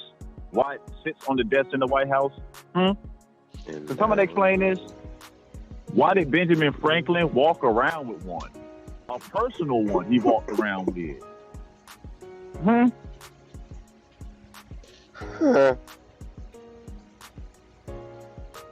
That's not a rhetorical question. Man, you know. And why did they, again, the 13 colonies, because I saw somebody saying that their child was studying the 13 colonies in school. Why is it that they got the funding from France, but they needed the military backing of the Ottoman Empire? Why are we dealing with all these Barbary treaties and all this stuff, and why they have to get permission? Why they have to get permission to come to the Americas? They didn't have to have permission to go into Africa and explore when they were on the tips of Africa, but they had to pay a tariff to come over to the Americas. Why? And who did they Because pay they that were tariff one of the to? same people. Like I say again, you gotta, when you study agriculture, which no, I'm gonna keep it good. No Pan-Africanist ever talks about agriculture. They never talk about agriculture. They never talk about horticulture. Ask them why. Because it's gonna lead you back here to the Americas. From east to the west is you're gonna find out. You go to all those Pacific islands, like you talked about earlier, about the Philippines. Why were they naming the Philippines Moors? Everywhere they went like more. But again, touched on earlier, no South African was ever called a Moor and still not called a Moor to this day. Why not? Why is it all the same people that were sharing the same customs, the same cultures, eating the same food? And when you get over here again, it is the place where the Lord has frowned, which is the crescent moon and the star. Now, what is the emblem of the Ottoman Empire? What was their pennant? Oh, I'm not going to say the word, but Lady Freeze in the chat, you know what I was going to say. What is their pennant of the Ottoman Empire? I yield this cotton picking mic.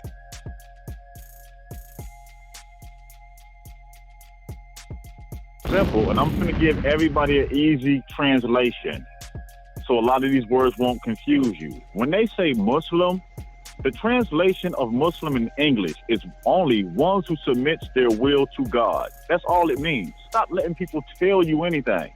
That's all it means. By definition, anybody who believes in one creator is a definition, and is a Muslim. That's just the Arabic word for it. Just like in any other language, they're going to have a different word that means this. That's all it means. Stop letting people tell you otherwise.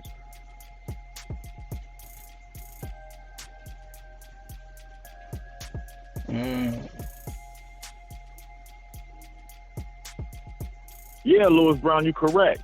Because the Injil, the Torah, and all religious books before it's in the Holy Quran if you understand what it is.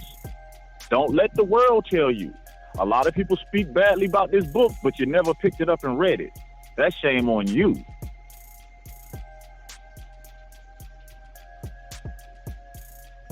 Fool me can't get fooled again. Yeah, every living thing is a Muslim once you understand what it means.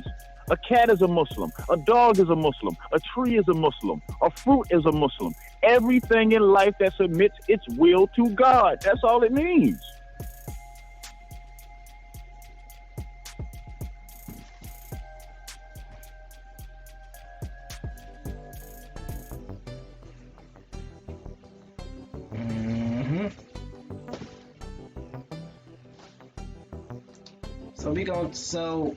Let's see, we gonna touch on these hold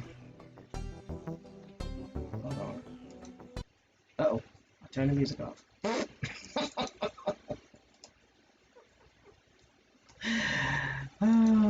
We got time. We can start going into the Kabbalah. We can start on them today. All right, we can start it off today. We got a good 30 strong minutes. Don't want to take up too much. Start breaking down these blonde hair, light eye, Northern African people that's part of the Ottoman Empire.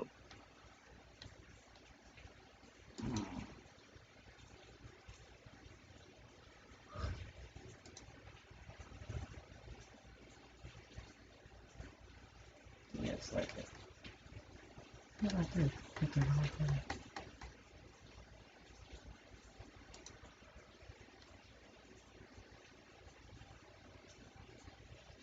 So people don't think you making up this stuff about Islam.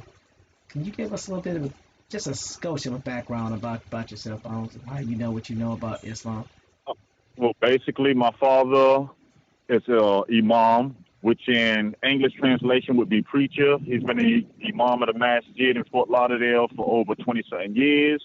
He also been to Hajj and been to Mecca.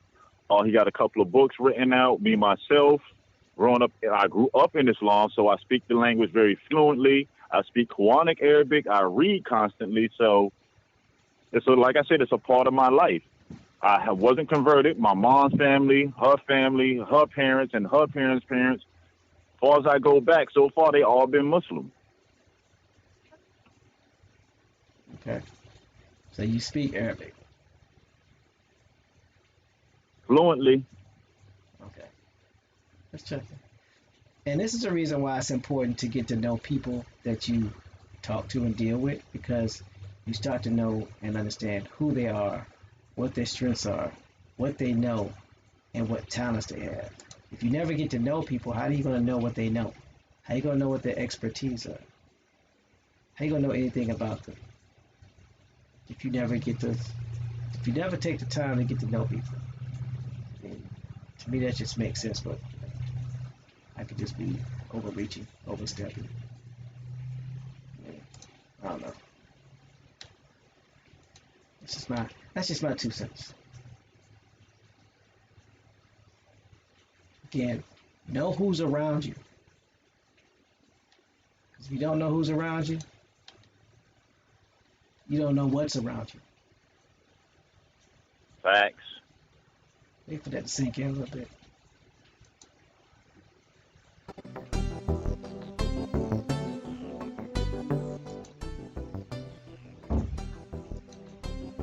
So,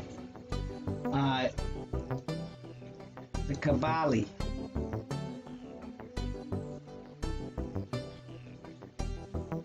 Please do this right quick.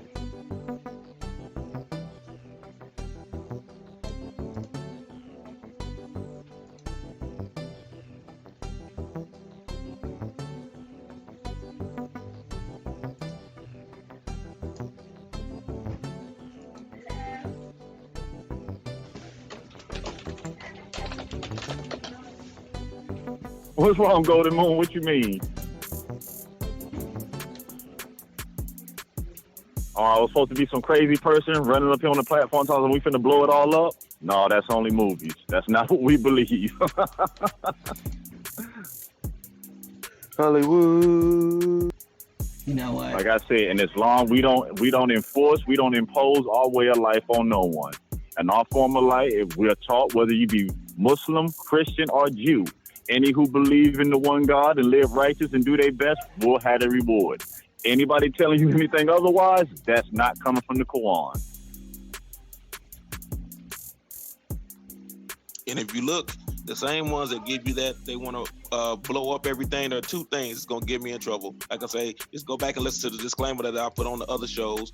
One is all these so-called terroristic cells and groups have American, when I mean American, I mean by Anglo-American influence. Look at all these so-called countries and all these different terrorist cells. You'll find out that it was people that were literally born, Anglos that were born in the Americas that are part of these groups. Why is that?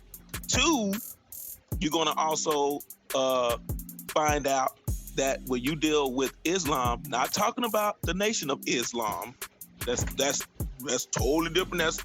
So I don't want to get into that today. Yep. It's a totally different group. Mm-hmm. But you will find out there was a reason why Master Farad Muhammad, and I only say that in the term of people going, oh yeah, I'll tell you this right now. I don't study. I study this way. I study, but I'm not affiliated with the Nation of Islam in that capacity. I say some things because things that were given to me from my ancestors. So anyway, if you find out, that's why Master Farad Muhammad came and told the Honorable Elijah Muhammad, you are the true people, but he didn't take it a step further, that he says that yes, we came from that land over there, the Asiatic black man, but then when you find out that the Asiatic black man, that we call the Asiatic black man, originated over here, and all you were doing was just coming back home. That's all it was. Like I say, if you study, and I still keep going back, and I say he's not gonna leave it alone. If you keep going back to Mesoamerica and you study, it was these cousins that were coming back home. You can't get away from Montezuma. When he says we came from over there, but it also other part is we started over here. We came back home. It was the reunification. That's all it is and all it will ever be. And like I say again, no other group is going to be able to refute it. You can't start the game at halftime.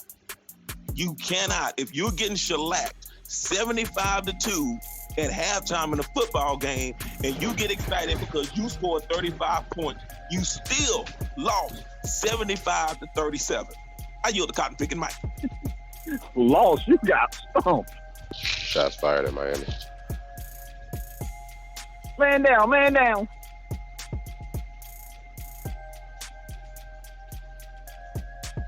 All right, so But that's why personal research is important. Oh, sorry, TMA. No, you good. Find your story, find your truth, find out where you fit into this.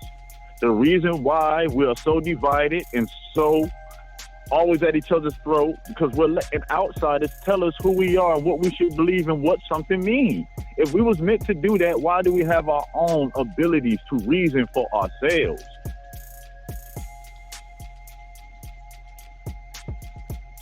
It's time to take the responsibility back. It's time to start back accepting our mistakes. Because if it's a mistake, then we accept it. But the longer that we don't accept it, it's no longer a mistake anymore. Mm-hmm. So how about we do this? I'm gonna read the first couple of paragraphs, and then we gonna end on that note. Give y'all the opportunity to do some research. The word is Kabyle. K-A-B-Y-L-E. Kabyle. A Berber ethnic group indigenous to Kabyle, the north of Algeria, spread across the Atlas Mountains. The 100 miles indigenous, east right? Right, indigenous. Okay.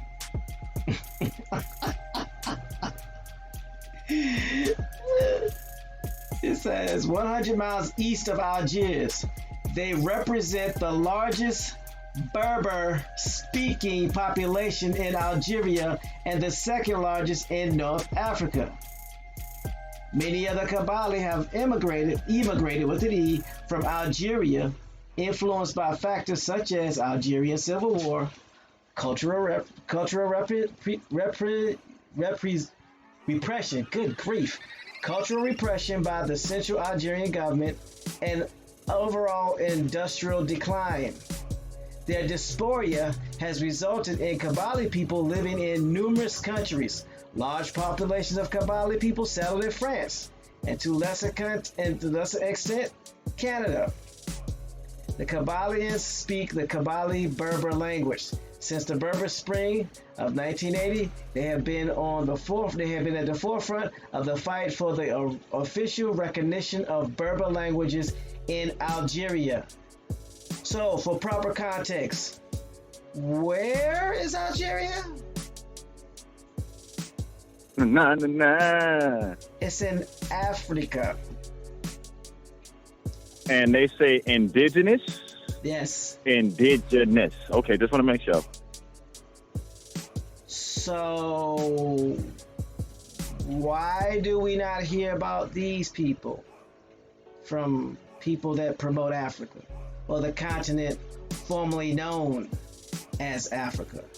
These people are indigenous, meaning that they were born and raised in this land. Kabyle of north of Algeria. Remember, what was this called at first? It was not called Africa at first. This portion wasn't even called Africa. It was called Maghreb. It was called Maghreb. So these Kabyle people are indigenous to Maghreb before it was named Africa when the Ottoman Empire took over. So when they say Africa in the early 700s, they're talking about 2 out of the 54 states of the continent formerly known as Africa. At that time, the whole continent was not called Africa, just Algeria and Tangier only. Do the research, please. So if that was the case, what was the island, or excuse me, what was that continent called? If it wasn't called Africa. If only 2 states out of the 54 states were called Africa, what were the other 52 states called? I'll wait. Because last time I checked, 2 of 54 does not constitute the majority. That ain't even 10%. Exactly, Ibrahim. It was called Libya and Ethiopia. It was also called Corfu and another name. Way before Akibalan. Yep. So if that's the case, then why are people that are claiming that we're from Africa? Why? Are they not calling it Libya or Ethiopia? That was the original name. That's what their ancestors called it. If the colonizer calls it something else, and your mama called it one thing, why wouldn't you call it what your mama called it? And I'm using the term mother because people are claiming that Africa is the mother of all civilization. And if Africa is the mother of all civilization, then wouldn't you call the continent what your mama called it? You wouldn't disrespect your mama like that, would you? Or would you? How much respect do you have for your mother if you call it something that your mama didn't call it? Mama call him Clay. I'ma call him Clay. Wow, it's same time as Doodle Vision typed it in there. Same goes over here.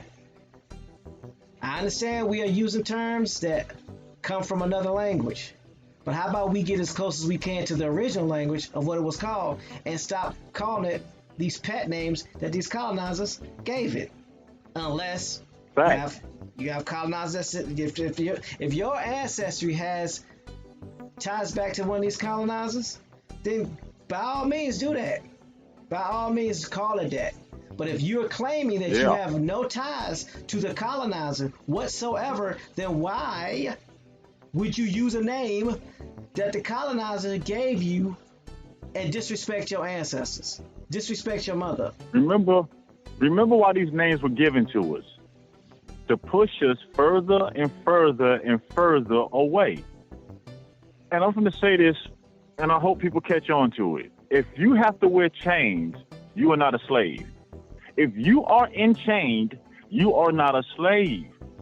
See, the way this system works is they create this image of something that's so bad, that's so bad that they make you pick up and choose what they want you to be. Just like how they use all this movie and music for 20 years so we would walk into being African American. Just like they use all these movies to make us walk right over there to Africa. It's the same thing happening again. The only way this spell start working when you call everybody by their original name. Everything by its original name. Don't let nobody hide behind a made-up construct. That's how you blow it up. Oops, I think I used them 2 words too close together. The views and statements of Bones H. McCoy is not the views and statements of Atonscious Assembly. I appreciate that. Here's the best way to give you an example of this, because everybody on YouTube, right, has an icon, right? Many of us are using other names, right? Many of us, we all gave ourselves these names, right? Let's just say you log in tomorrow and you no longer are able to use your name. You have to use another name that Google gave you or YouTube gave you. Does that change who you are? Because you logged in under a different name? Think about it. You log into your YouTube channel tomorrow and they have assigned you a new name. They have assigned you a new icon. Does that change who you are?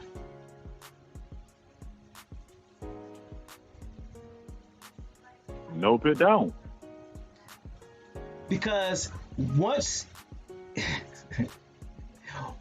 you go back to the original name that you called yourself, you never changed. The name changed. You never did. Never tried. It's the same concept. It's the same Yeah, ideology. I mean directly. I'm glad you said that, TMH, because you can. Anybody who don't understand it, just look at a Facebook page, a social profile. What is a social profile? A created construct, a created image. Y'all know about the catfishing and all this and that. It's the same thing. It's identical. It works the same way.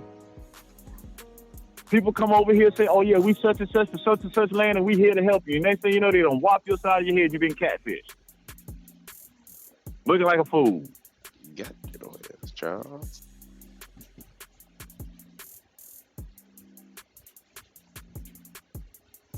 So just because somebody gives you a new name does not change who you are. Because I can promise you this.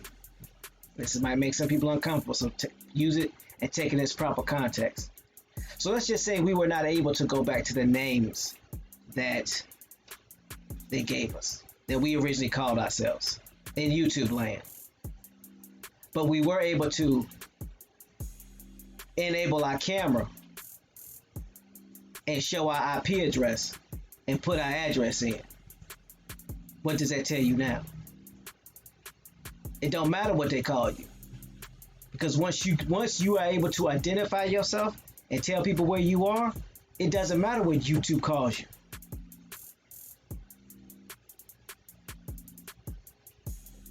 Because now we can see who you are and we can see where you are. Somebody that has never been to Hawaii can't tell me anything about that island. I lived on that island for 3.5 years. You can come to me and talk some smack about the island of Oahu if you want to, but if you don't know what you're talking about, you're going to get embarrassed. But if you've never been to Hawaii and you don't have the proper information to go get the information on Hawaii, and you just take up what somebody tell you about the Hawaiian people and that island, then you believe whatever they tell you. They can rename the people. They can tell you the history of those people. And if you believe that and accept that, then to you, that's a fact and that's the truth.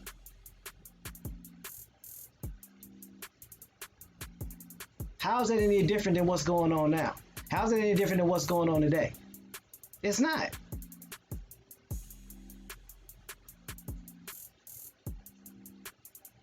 It's the same thing.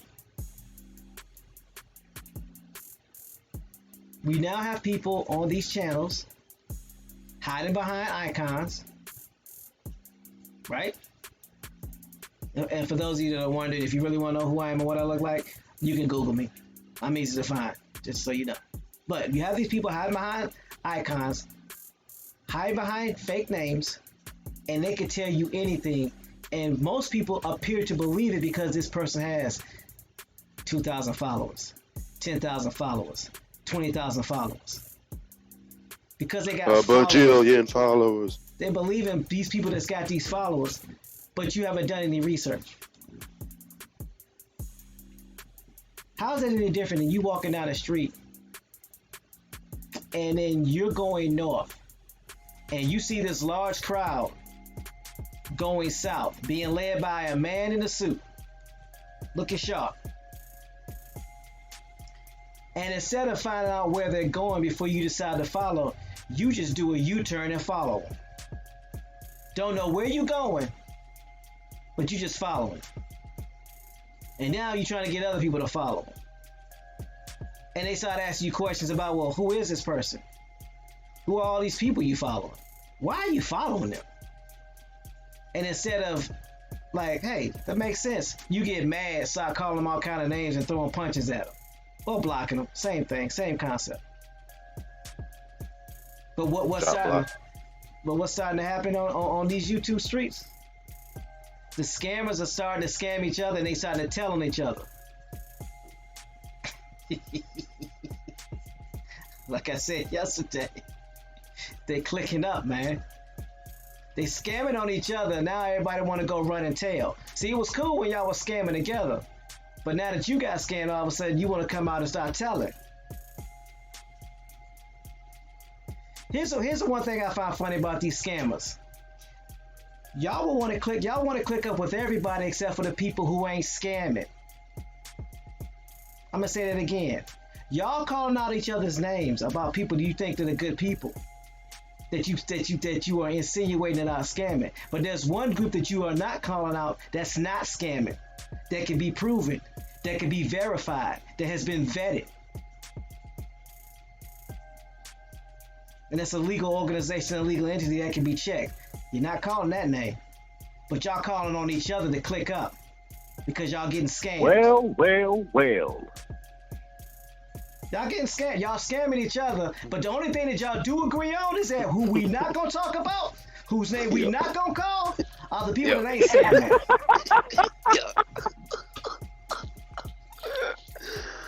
Lord. So that's what I got to say about that. So why everybody's acting like they ain't scamming and they not running with scammers, what y'all are actually doing is y'all are trying to see who has the least proof of being scammed. And we know why y'all not coming over here. 24 hours of audio, baby. Proof is not a problem. Partner. 24 hours of audio. No, what about the 5 P's? You got to do the 5 P's for them. Relatives got to get 5 P's for them. Yeah. Who got it in them to do it? You got to cover the mic up though. You got to spin all over. I don't think my Papa Stopper can take it. But at the end of the day, at the end of the day, what it all boils down to, pay attention. See, this is what I learned a long time ago. Somebody mentors taught me a long time ago. You can tell a lot about a person by what they don't say more than what they do say. And there's a name that's not coming out of everybody's mouth. And I'll leave it at that. There's one name that's not coming out of everybody's mouth. Hey, what y'all two talking about? I don't know, man. I just got here. Grand Rising, everybody. Grand Rising. Peace to the chat. What's going on in the chat? Man down. The ones whose names I shall not mention. Oh, man. Oh, man. Because again, like I said, it's time to clean house, man. It's time to clean house. So if you're going to start saying you ain't scamming, prove you ain't scamming. If you're going to start calling out scammers, call them out and show proof, show receipts. Because we got receipts. Boy, we got receipts. Plenty. We got a whole rack of receipts. Go ahead, Bones. Look at it this way. A lot of people would be like, oh, why say anything? Why should people care? I'm going to be honest with everyone. We all should care. If we let one person stand up under our image and our name that gives us a black eye, we all wear that black eye. For every time we let somebody go out there and scam somebody under the name as an American Indian, we all are part of that scam. If we don't start checking this and calling people out that's in our image representing us, then we deserve every negative thing we pass on to our children. It comes a point in time in your life. We gonna stand for something or we gonna keep falling for everything. I'm gonna say it again. We gonna stand for something or we gonna keep falling for everything. Feelings ain't gonna get us nowhere. People's feelings gonna leave us stuck out in our children without a damn thing. It's time to put an end to this madness. We all see this play out. We all got to take an L because people want to have egos for saying you care about the people. No, you care about yourself. Because if you cared about the people, you would check with the people before you put anything out there to display about the people. Come on, man. So I'm not one for calling out names, but I will call out atrocities. Y'all ready? Atrocity number one. All right. I came onto the YouTube scene and started hearing about everything that was going on from the standpoint of, being Indians and what have you. And I've been hearing about a powwow. I've been hearing about a powwow since I've been here. That powwow was supposed to happen 2 years ago. There were people that put in money about this powwow. There were people that bought shirts for the powwow. There were people that done a lot of things for this powwow. Ain't been no powwow. Those people ain't got their money back. And there are people that are on this person's channel to this day acting like, oh, there ain't no scammers over here. But those people that paid for that powwow that ain't happened yet, they ain't got their money back. And the person that's supposed to organize that powwow ain't gave them their money back. We got receipts for that too. That powwow. So atrocity number one. Yeah. Atrocity number two. You rolling with an individual that's your financial consultant or go taught you everything that you know about business, but they've scammed lots of people out of money for credit repair schemes. But yet they taught you everything that you know about business. And you've called them your mentor. No. You've called them your mentor. Okay. What about all these? Let's see, where we go. A minotaur? A minotaur? Nah, let's go ahead. Sovereign citizenship. We put out videos about sovereign citizenship. I don't care what name it goes under. If you're selling packets for people to get out the system, that's sovereign citizenship that will get them put on the BOI list. People have been incarcerated because of that.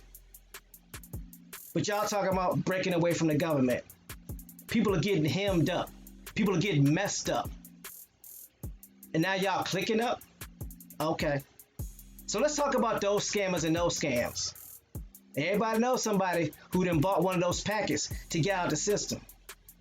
How's it working for you? Where's your nation? Where's your land? I'm sorry.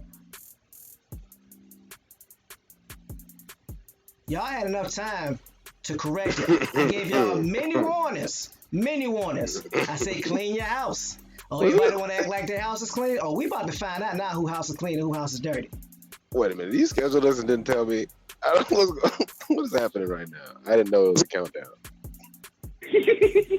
I'm just saying. I had no idea there was a countdown to this. I'm just saying. At the end of the day, everybody act like they ain't scamming when you scamming. And you assistant scammers just so you can get on the YouTube channel. Just so you can have somebody following you. Not all of y'all clicking up and y'all want to be friends. Y'all want to be fans. Okay, that's fine.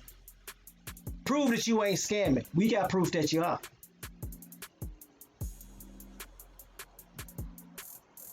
And again, got a problem with the messenger? You know where I'm at. I'll be waiting on you. My address is public. Let's go. I'm done.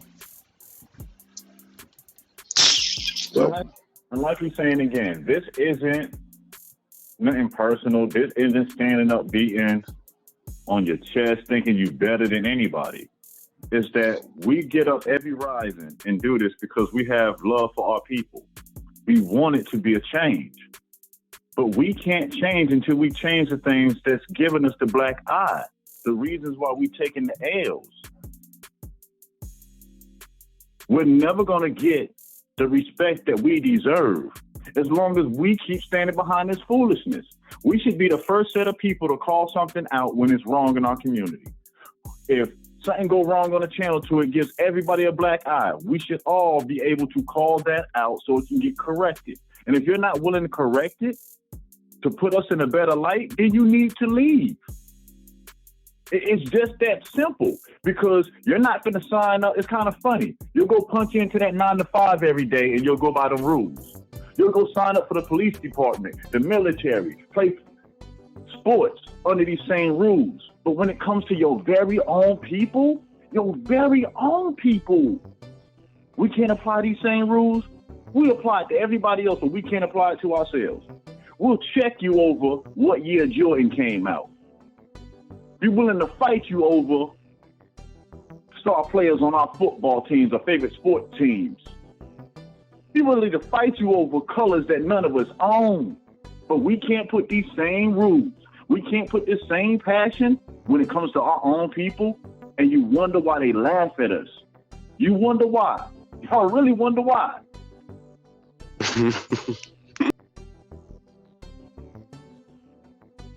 We're looking like hypocrites. How can we sit here talk about what some other race is doing, this and that, but we don't even have the audacity to check ourselves? Perfect example. Obama came into office, people started having a party. Not one of us checked this dude. And because we didn't check him, the melanated agenda is forever taken off the table. Keep playing with it. Ain't nobody noticed? They ain't sending nobody out to find out what you need to get your vote for this election. 2020 is around the corner. How many people speaking to you? I don't No longer needed. We didn't speak up then because the agenda is off the table. Come on with it. Guess what? We gonna fade away. This is our watch right now. Forget who came before us. It is our turn now. It's our voice. Let's stop complaining about what others didn't do, and let's talk about what we will do. And let's do it. 2020 around the corner. Every time there's a sign up about an election, there should be something there about the American Indian, putting our agenda on the table. We can buy Jordans, a whole bunch of TVs and phones, but we can't get no paper and put no signs up about who we are? This should be the easiest thing to get accomplished. But it's got 4 cameras. You fooling with you, no sense. I'm sorry. It's just that this is ridiculous, man. Like, I hope y'all heard what he said. Just rewind the tape if you need to. I mean, what more needs to be said, for real? What more needs to be said? What more could be said? I don't think this. He just took one of the Thailands off the list. Now it is Bones, and then it's Thailand, and Thailand. Only 4 more left. Because I spit hot fire. Top 5 dead or alive. Oh yeah, there's one more there's one more set of scammers, and I just put it like this: be careful of the genealogists that take your information and they separate you based off of how light you are versus how dark you are, and all the light color, and all I'm taking it there, and all the light copper colored Indians get a card, or their card is 3 to 4 years longer than the dark copper colored Indians get a card, or for whatever reason your card can't be found, your card is lost, or there's some information that needs to be checked and re-verified. Yeah, we got Indians that are scammers too, legit Indians. So we gotta be aware of those individuals too. Their time is coming. Their time is up as well. Trust and believe. Gatekeepers, would you call them? Gatekeepers, This is not personal. This is what needs to be done. We cannot move forward as a people as long as we keep holding on to these colonized scams and schemes that make us all look bad. Everyone on the sound of this conversation should feel like enough is enough. Aren't your children worth more? Aren't their children worth more? We keep saying what we're willing to die for. Forget that. What are we willing to live for? Dying is the easy part. What are you willing to live for?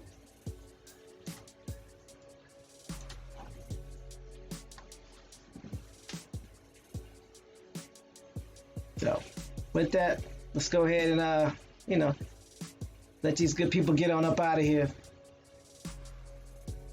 and we can enjoy our day and be productive, get some things done for our community, and keep it moving. No sellout. What you got for the people? I ain't touching no mics. Links in the chat. Peace, y'all. Really? That's what we doing? Okay. Yeah, Joe 47 class is over, bro. For the day. We'll be back tomorrow, though. Doodle Vision, aka Choctaw Jimmy. What you got for the good people? And it's been a good one today, I tell you. week and a half of retirement. Thanks, brother No Sellout. I appreciate you, man. Appreciate you more than you'll ever know. But as you can see, and just putting a nice little bow on everything that was said here, do not let the smooth taste fool you. By going back and finding out who you actually are, what your people were actually called, and don't get stuck in a particular time frame and run with that, because what were you before they named you? And I'll give you a prime example of what they are doing today. I mentioned earlier about the girl Finu or the girl Ringu or whatever title you want to call them. I will put the name in the chat. They did the same thing. They practiced the same thing. They separated those that were darker from those that were lighter.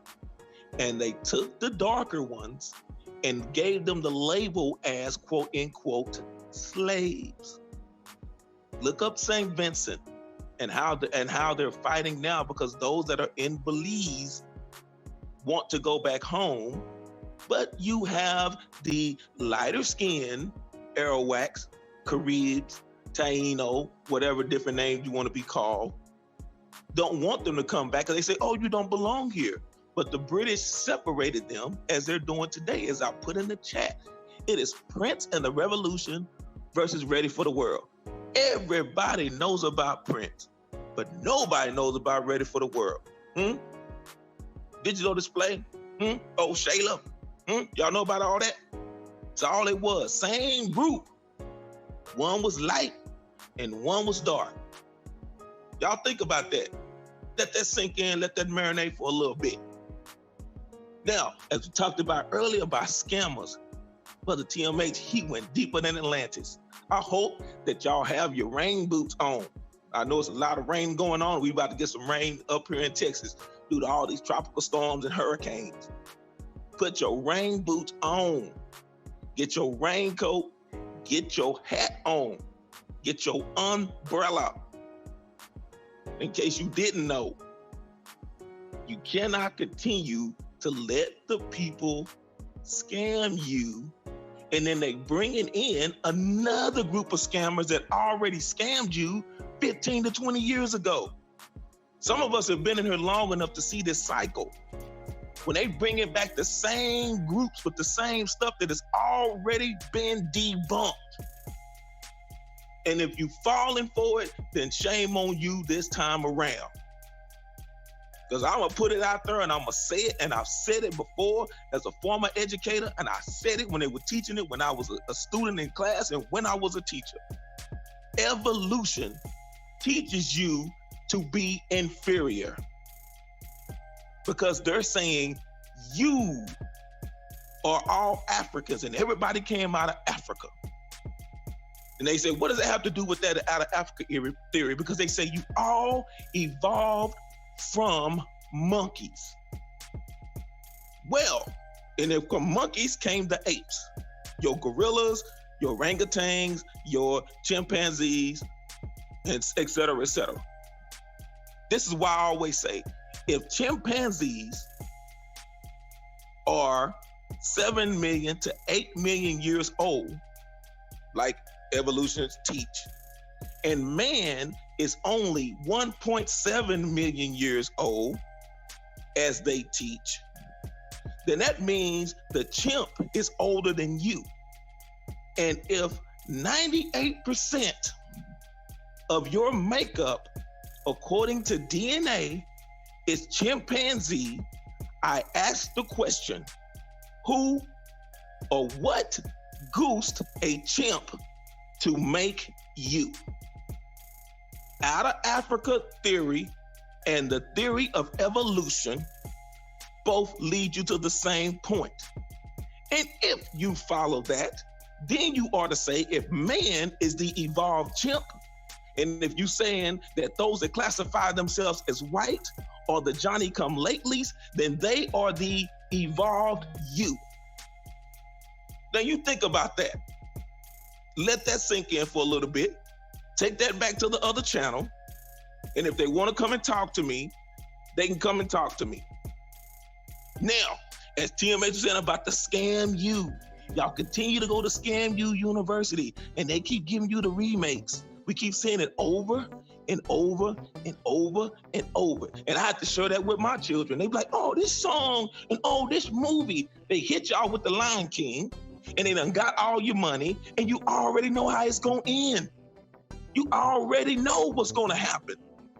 Why don't you just go, because I still got the DVD of the original Lion King, sit up and watch the original Lion. Don't let them take your money. And that's what they are doing at Scam U. They are giving you a false narrative, a fake enemy to say, oh, we all came from Africa, and no one can tell you, show me exactly where are all these tribes? Why is it that we've been talking about the Berbers, AKA the Ottoman Empire, AKA the so-called Moors, and they never go into Central and South Africa? Why is that?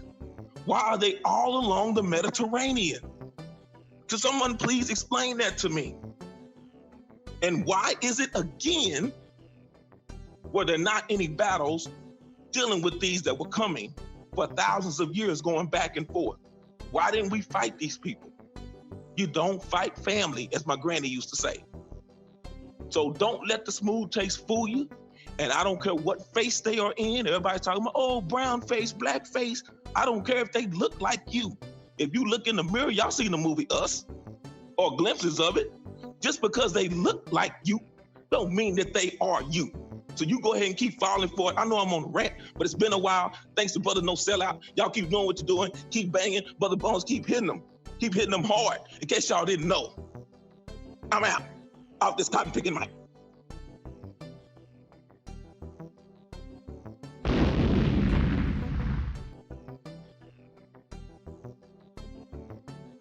I'm just walking by the mic.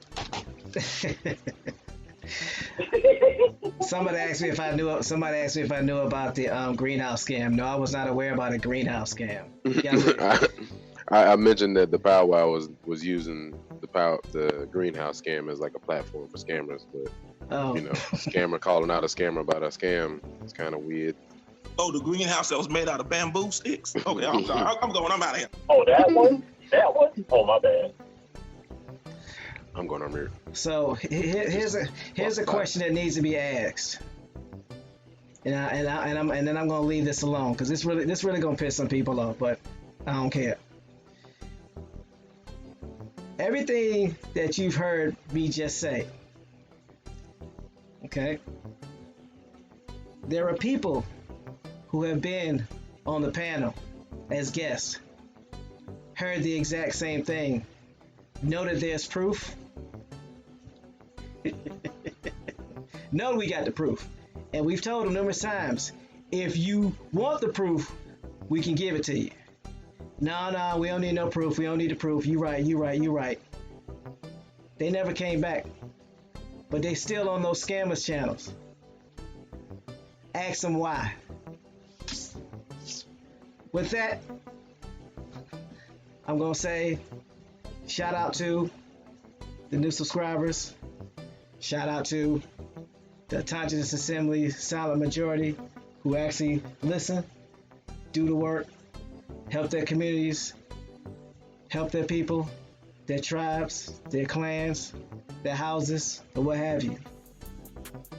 We're here to help people do their genealogy. We are a non-profit organization. We don't ask for any money. We don't want anything from anybody. Our job is to help you become financially independent. And it's starting to make people mad because they have channels that are getting paid and we're offering this same information without charging. So they're upset. They're agitated. They're irritated. So certain narratives have been created in back channels that we've all been kicked out of. That's why we're not in those back chats. So the question you need to ask is, why are we kicked out of those back chats? Why are people banging on their chest and saying stuff about us, but they don't want to have a three-way conversation to include us? The question is, what are they scared of? Somebody got receipts. Somebody don't. You can tell a lot more about what somebody, you can tell a lot about what somebody don't say versus something that they do say. So With It's that, like saying peace, do say. Pieces. Go ahead. all I'm saying is, that's all I'm asking. Because I've dropped numerous hints. Somebody gonna talk about you, but they don't want to say it in front of your face with you on the phone. Why? They don't want to talk about you in front of the person, but they want to talk about you so can't nobody hear you. That person's a problem. And quite honestly, this is just my opinion. If you keep entertaining that mess, you a problem too. That's my opinion. That's my personal opinion. Cause don't know hood I know work like that. So apparently these people aren't from real hoods. Cause they don't operate like any hood I've ever been to, or I've affiliated with. Somebody call your name out. You be like, all right, well let's all have a conversation. Let's all talk. Not let's have a a debate to let the people decide. Just stupid. Let's have a debate. Let the people decide. No, let's have a conversation. Let's converse. Let's bring receipts and proof to the table. Like I said, 24 hours of audio. That's a lot of audio. Lots of receipts, lots of emails, lots of screenshots. We got them if you want them. So with that, it's always a pleasure. Don't do it. Just the best chat ever. We appreciate you. Keep us on our toes, and we like you. We love you for it. Got to keep you on your toes. Keep everybody on their toes. Don't believe anything we say. Question everything that we do. Because at the end of the day, it's not about being right. It's about getting it right. And that's all we want to do is get it right. That's why we put everything in the chat. So you can do the research and come back and say, hey, what about this? Did you think about that? So, at the end of the day, it's about helping. That's why we don't charge. That's why we're a nonprofit. That's why you can look us up. That's why you can find out who we are. That's why we're not hiding. You might not be able to see my face on here, but quite honestly, this is the only place where you won't find my face. Think about that. You'll find my face everywhere else, but you won't find my face here. So that means I'm easy to find. Switch that. If there's somebody's faces you can always see on the internet, but you can't find them nowhere else, what did they tell you? I'll wait. I'm sorry. Go ahead. I know we're going in order, Brother Bones. Just please forgive me. I just want to interject here. Go ahead. I'm noticing a little bit of things. Because people say, "Oh, it don't matter. Leave it alone." I'll give you an example. If you do it with raw meat and you let that meat sit out, no matter what it is, chitlins, hog mouths, beef tips, and fish, and you just let it sit out for days and it turns rotten, the whole smell takes over the house. If you sit in your house, eventually it's going to get into your clothes, your hair, into the essence of your being. You go out in the neighborhood and everyone's looking around and they're smelling you, but they're walking away. And eventually there's that one sassy girl in the neighborhood, reminds me of Lady Free, and she's going to say, "Man, you stink."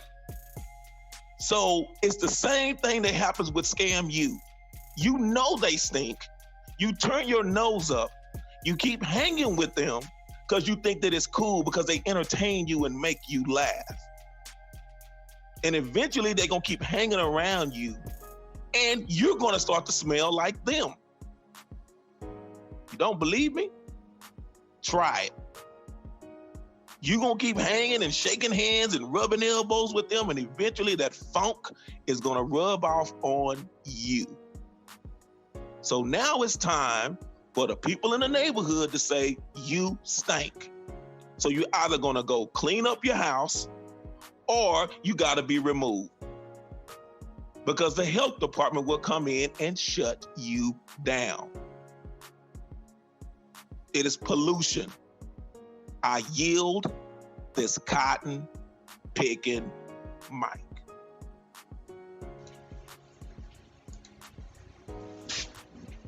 Again, it's about getting it right. It ain't about being right. I'm not saying anything to be right. I got involved with the American Indian community, with the Indian community, with the Indios community, for those that don't know, which is not a word that was given to us. Indios, that's our word. Look it up. I got involved with this community because I thought I could help. I thought I could be a benefit. And when I started seeing what was going on, wanted to make a change. For whatever reason, some people don't want that change. So I got with people that wanted to make a change. We were ostracized. We were called all kind of names. We were told it wouldn't last, and we wouldn't be able to do this without one person being on, or without taking on this name or that name. And then when it still started to work, then shots were fired. You know, we kept doing what we do, and we still gonna continue to do what we do. So at the end of the day, what it all boils down to is we here to help, and our work stands for itself. The fruit that the A2 tree bears, you can eat it. You can grow from it. You can learn from it. Why? Because these aren't our seeds. We don't own these seeds. We just planted these seeds. These seeds are for everybody. That's why you're not getting charged for the seeds. And hopefully you understand that analogy. So with that, I'm going to relinquish the mic and give it over to my brother from another mother, Bones H. McCoy. Let's go. It's all you, bro. Appreciate it. Much respect to No Sellout, Doodle Vision, the chat, the ones that are active every day, and the ones just sitting back taking in the information. Where we stand right now, at this moment right now, is very important because we are aware. And what we do moving forward will dictate how history will, or our story will remember us. If we want our children's children to be able to look back to see that their descendants decided to make a change, then let's do that today. If we say that we're tired of the treatment that we get, the images that's showed of us, then let's change it. Coming this weekend, Saturday, there's a business call that we're putting out to the community. A2 is designed to help the community. All those who are interested in starting a business or have a business, need paperwork looked over to get it correct, interested in getting some of his farmland, starting his farm, start building our own communities, start repairing our communities, sending your email to autonomousassembly@gmail.com so we can put you on the list for this call and we can start building. The time is now. Go a little deeper. Let's be aware of people who look like us, but push a narrative that takes us further and further away. There's many people that keep telling you, run the age rip, undrip. My relatives, age rip and undrip is not legal. It is not recognized by the United States because the United States the United States does more for the American Indian than age rip and undrip specifies. Again, when you read this information, it's the Indigenous Peoples Act. But indigenous people of where? It's not specific. It's not law. Let's stop being attached to emotional things and not doing our research. Let's not allow no one to trick us off of our main land. So on that note, it's always fun when we get together to kick it with the relatives. There's no place we'd rather be. This is the main reason why we are all here, not just the panel, even the listeners, because we make a choice to show them how much we love our people and what are we willing to do to change the conditions of our people. So to tomorrow's show, everyone have a very, very blissful day. Take the time out to do some genealogy, help someone else with their genealogy. Just take time out to have a conversation with your neighbors. So till tomorrow's show, peace. Hot Mike, I'm just walking by. Peace, y'all.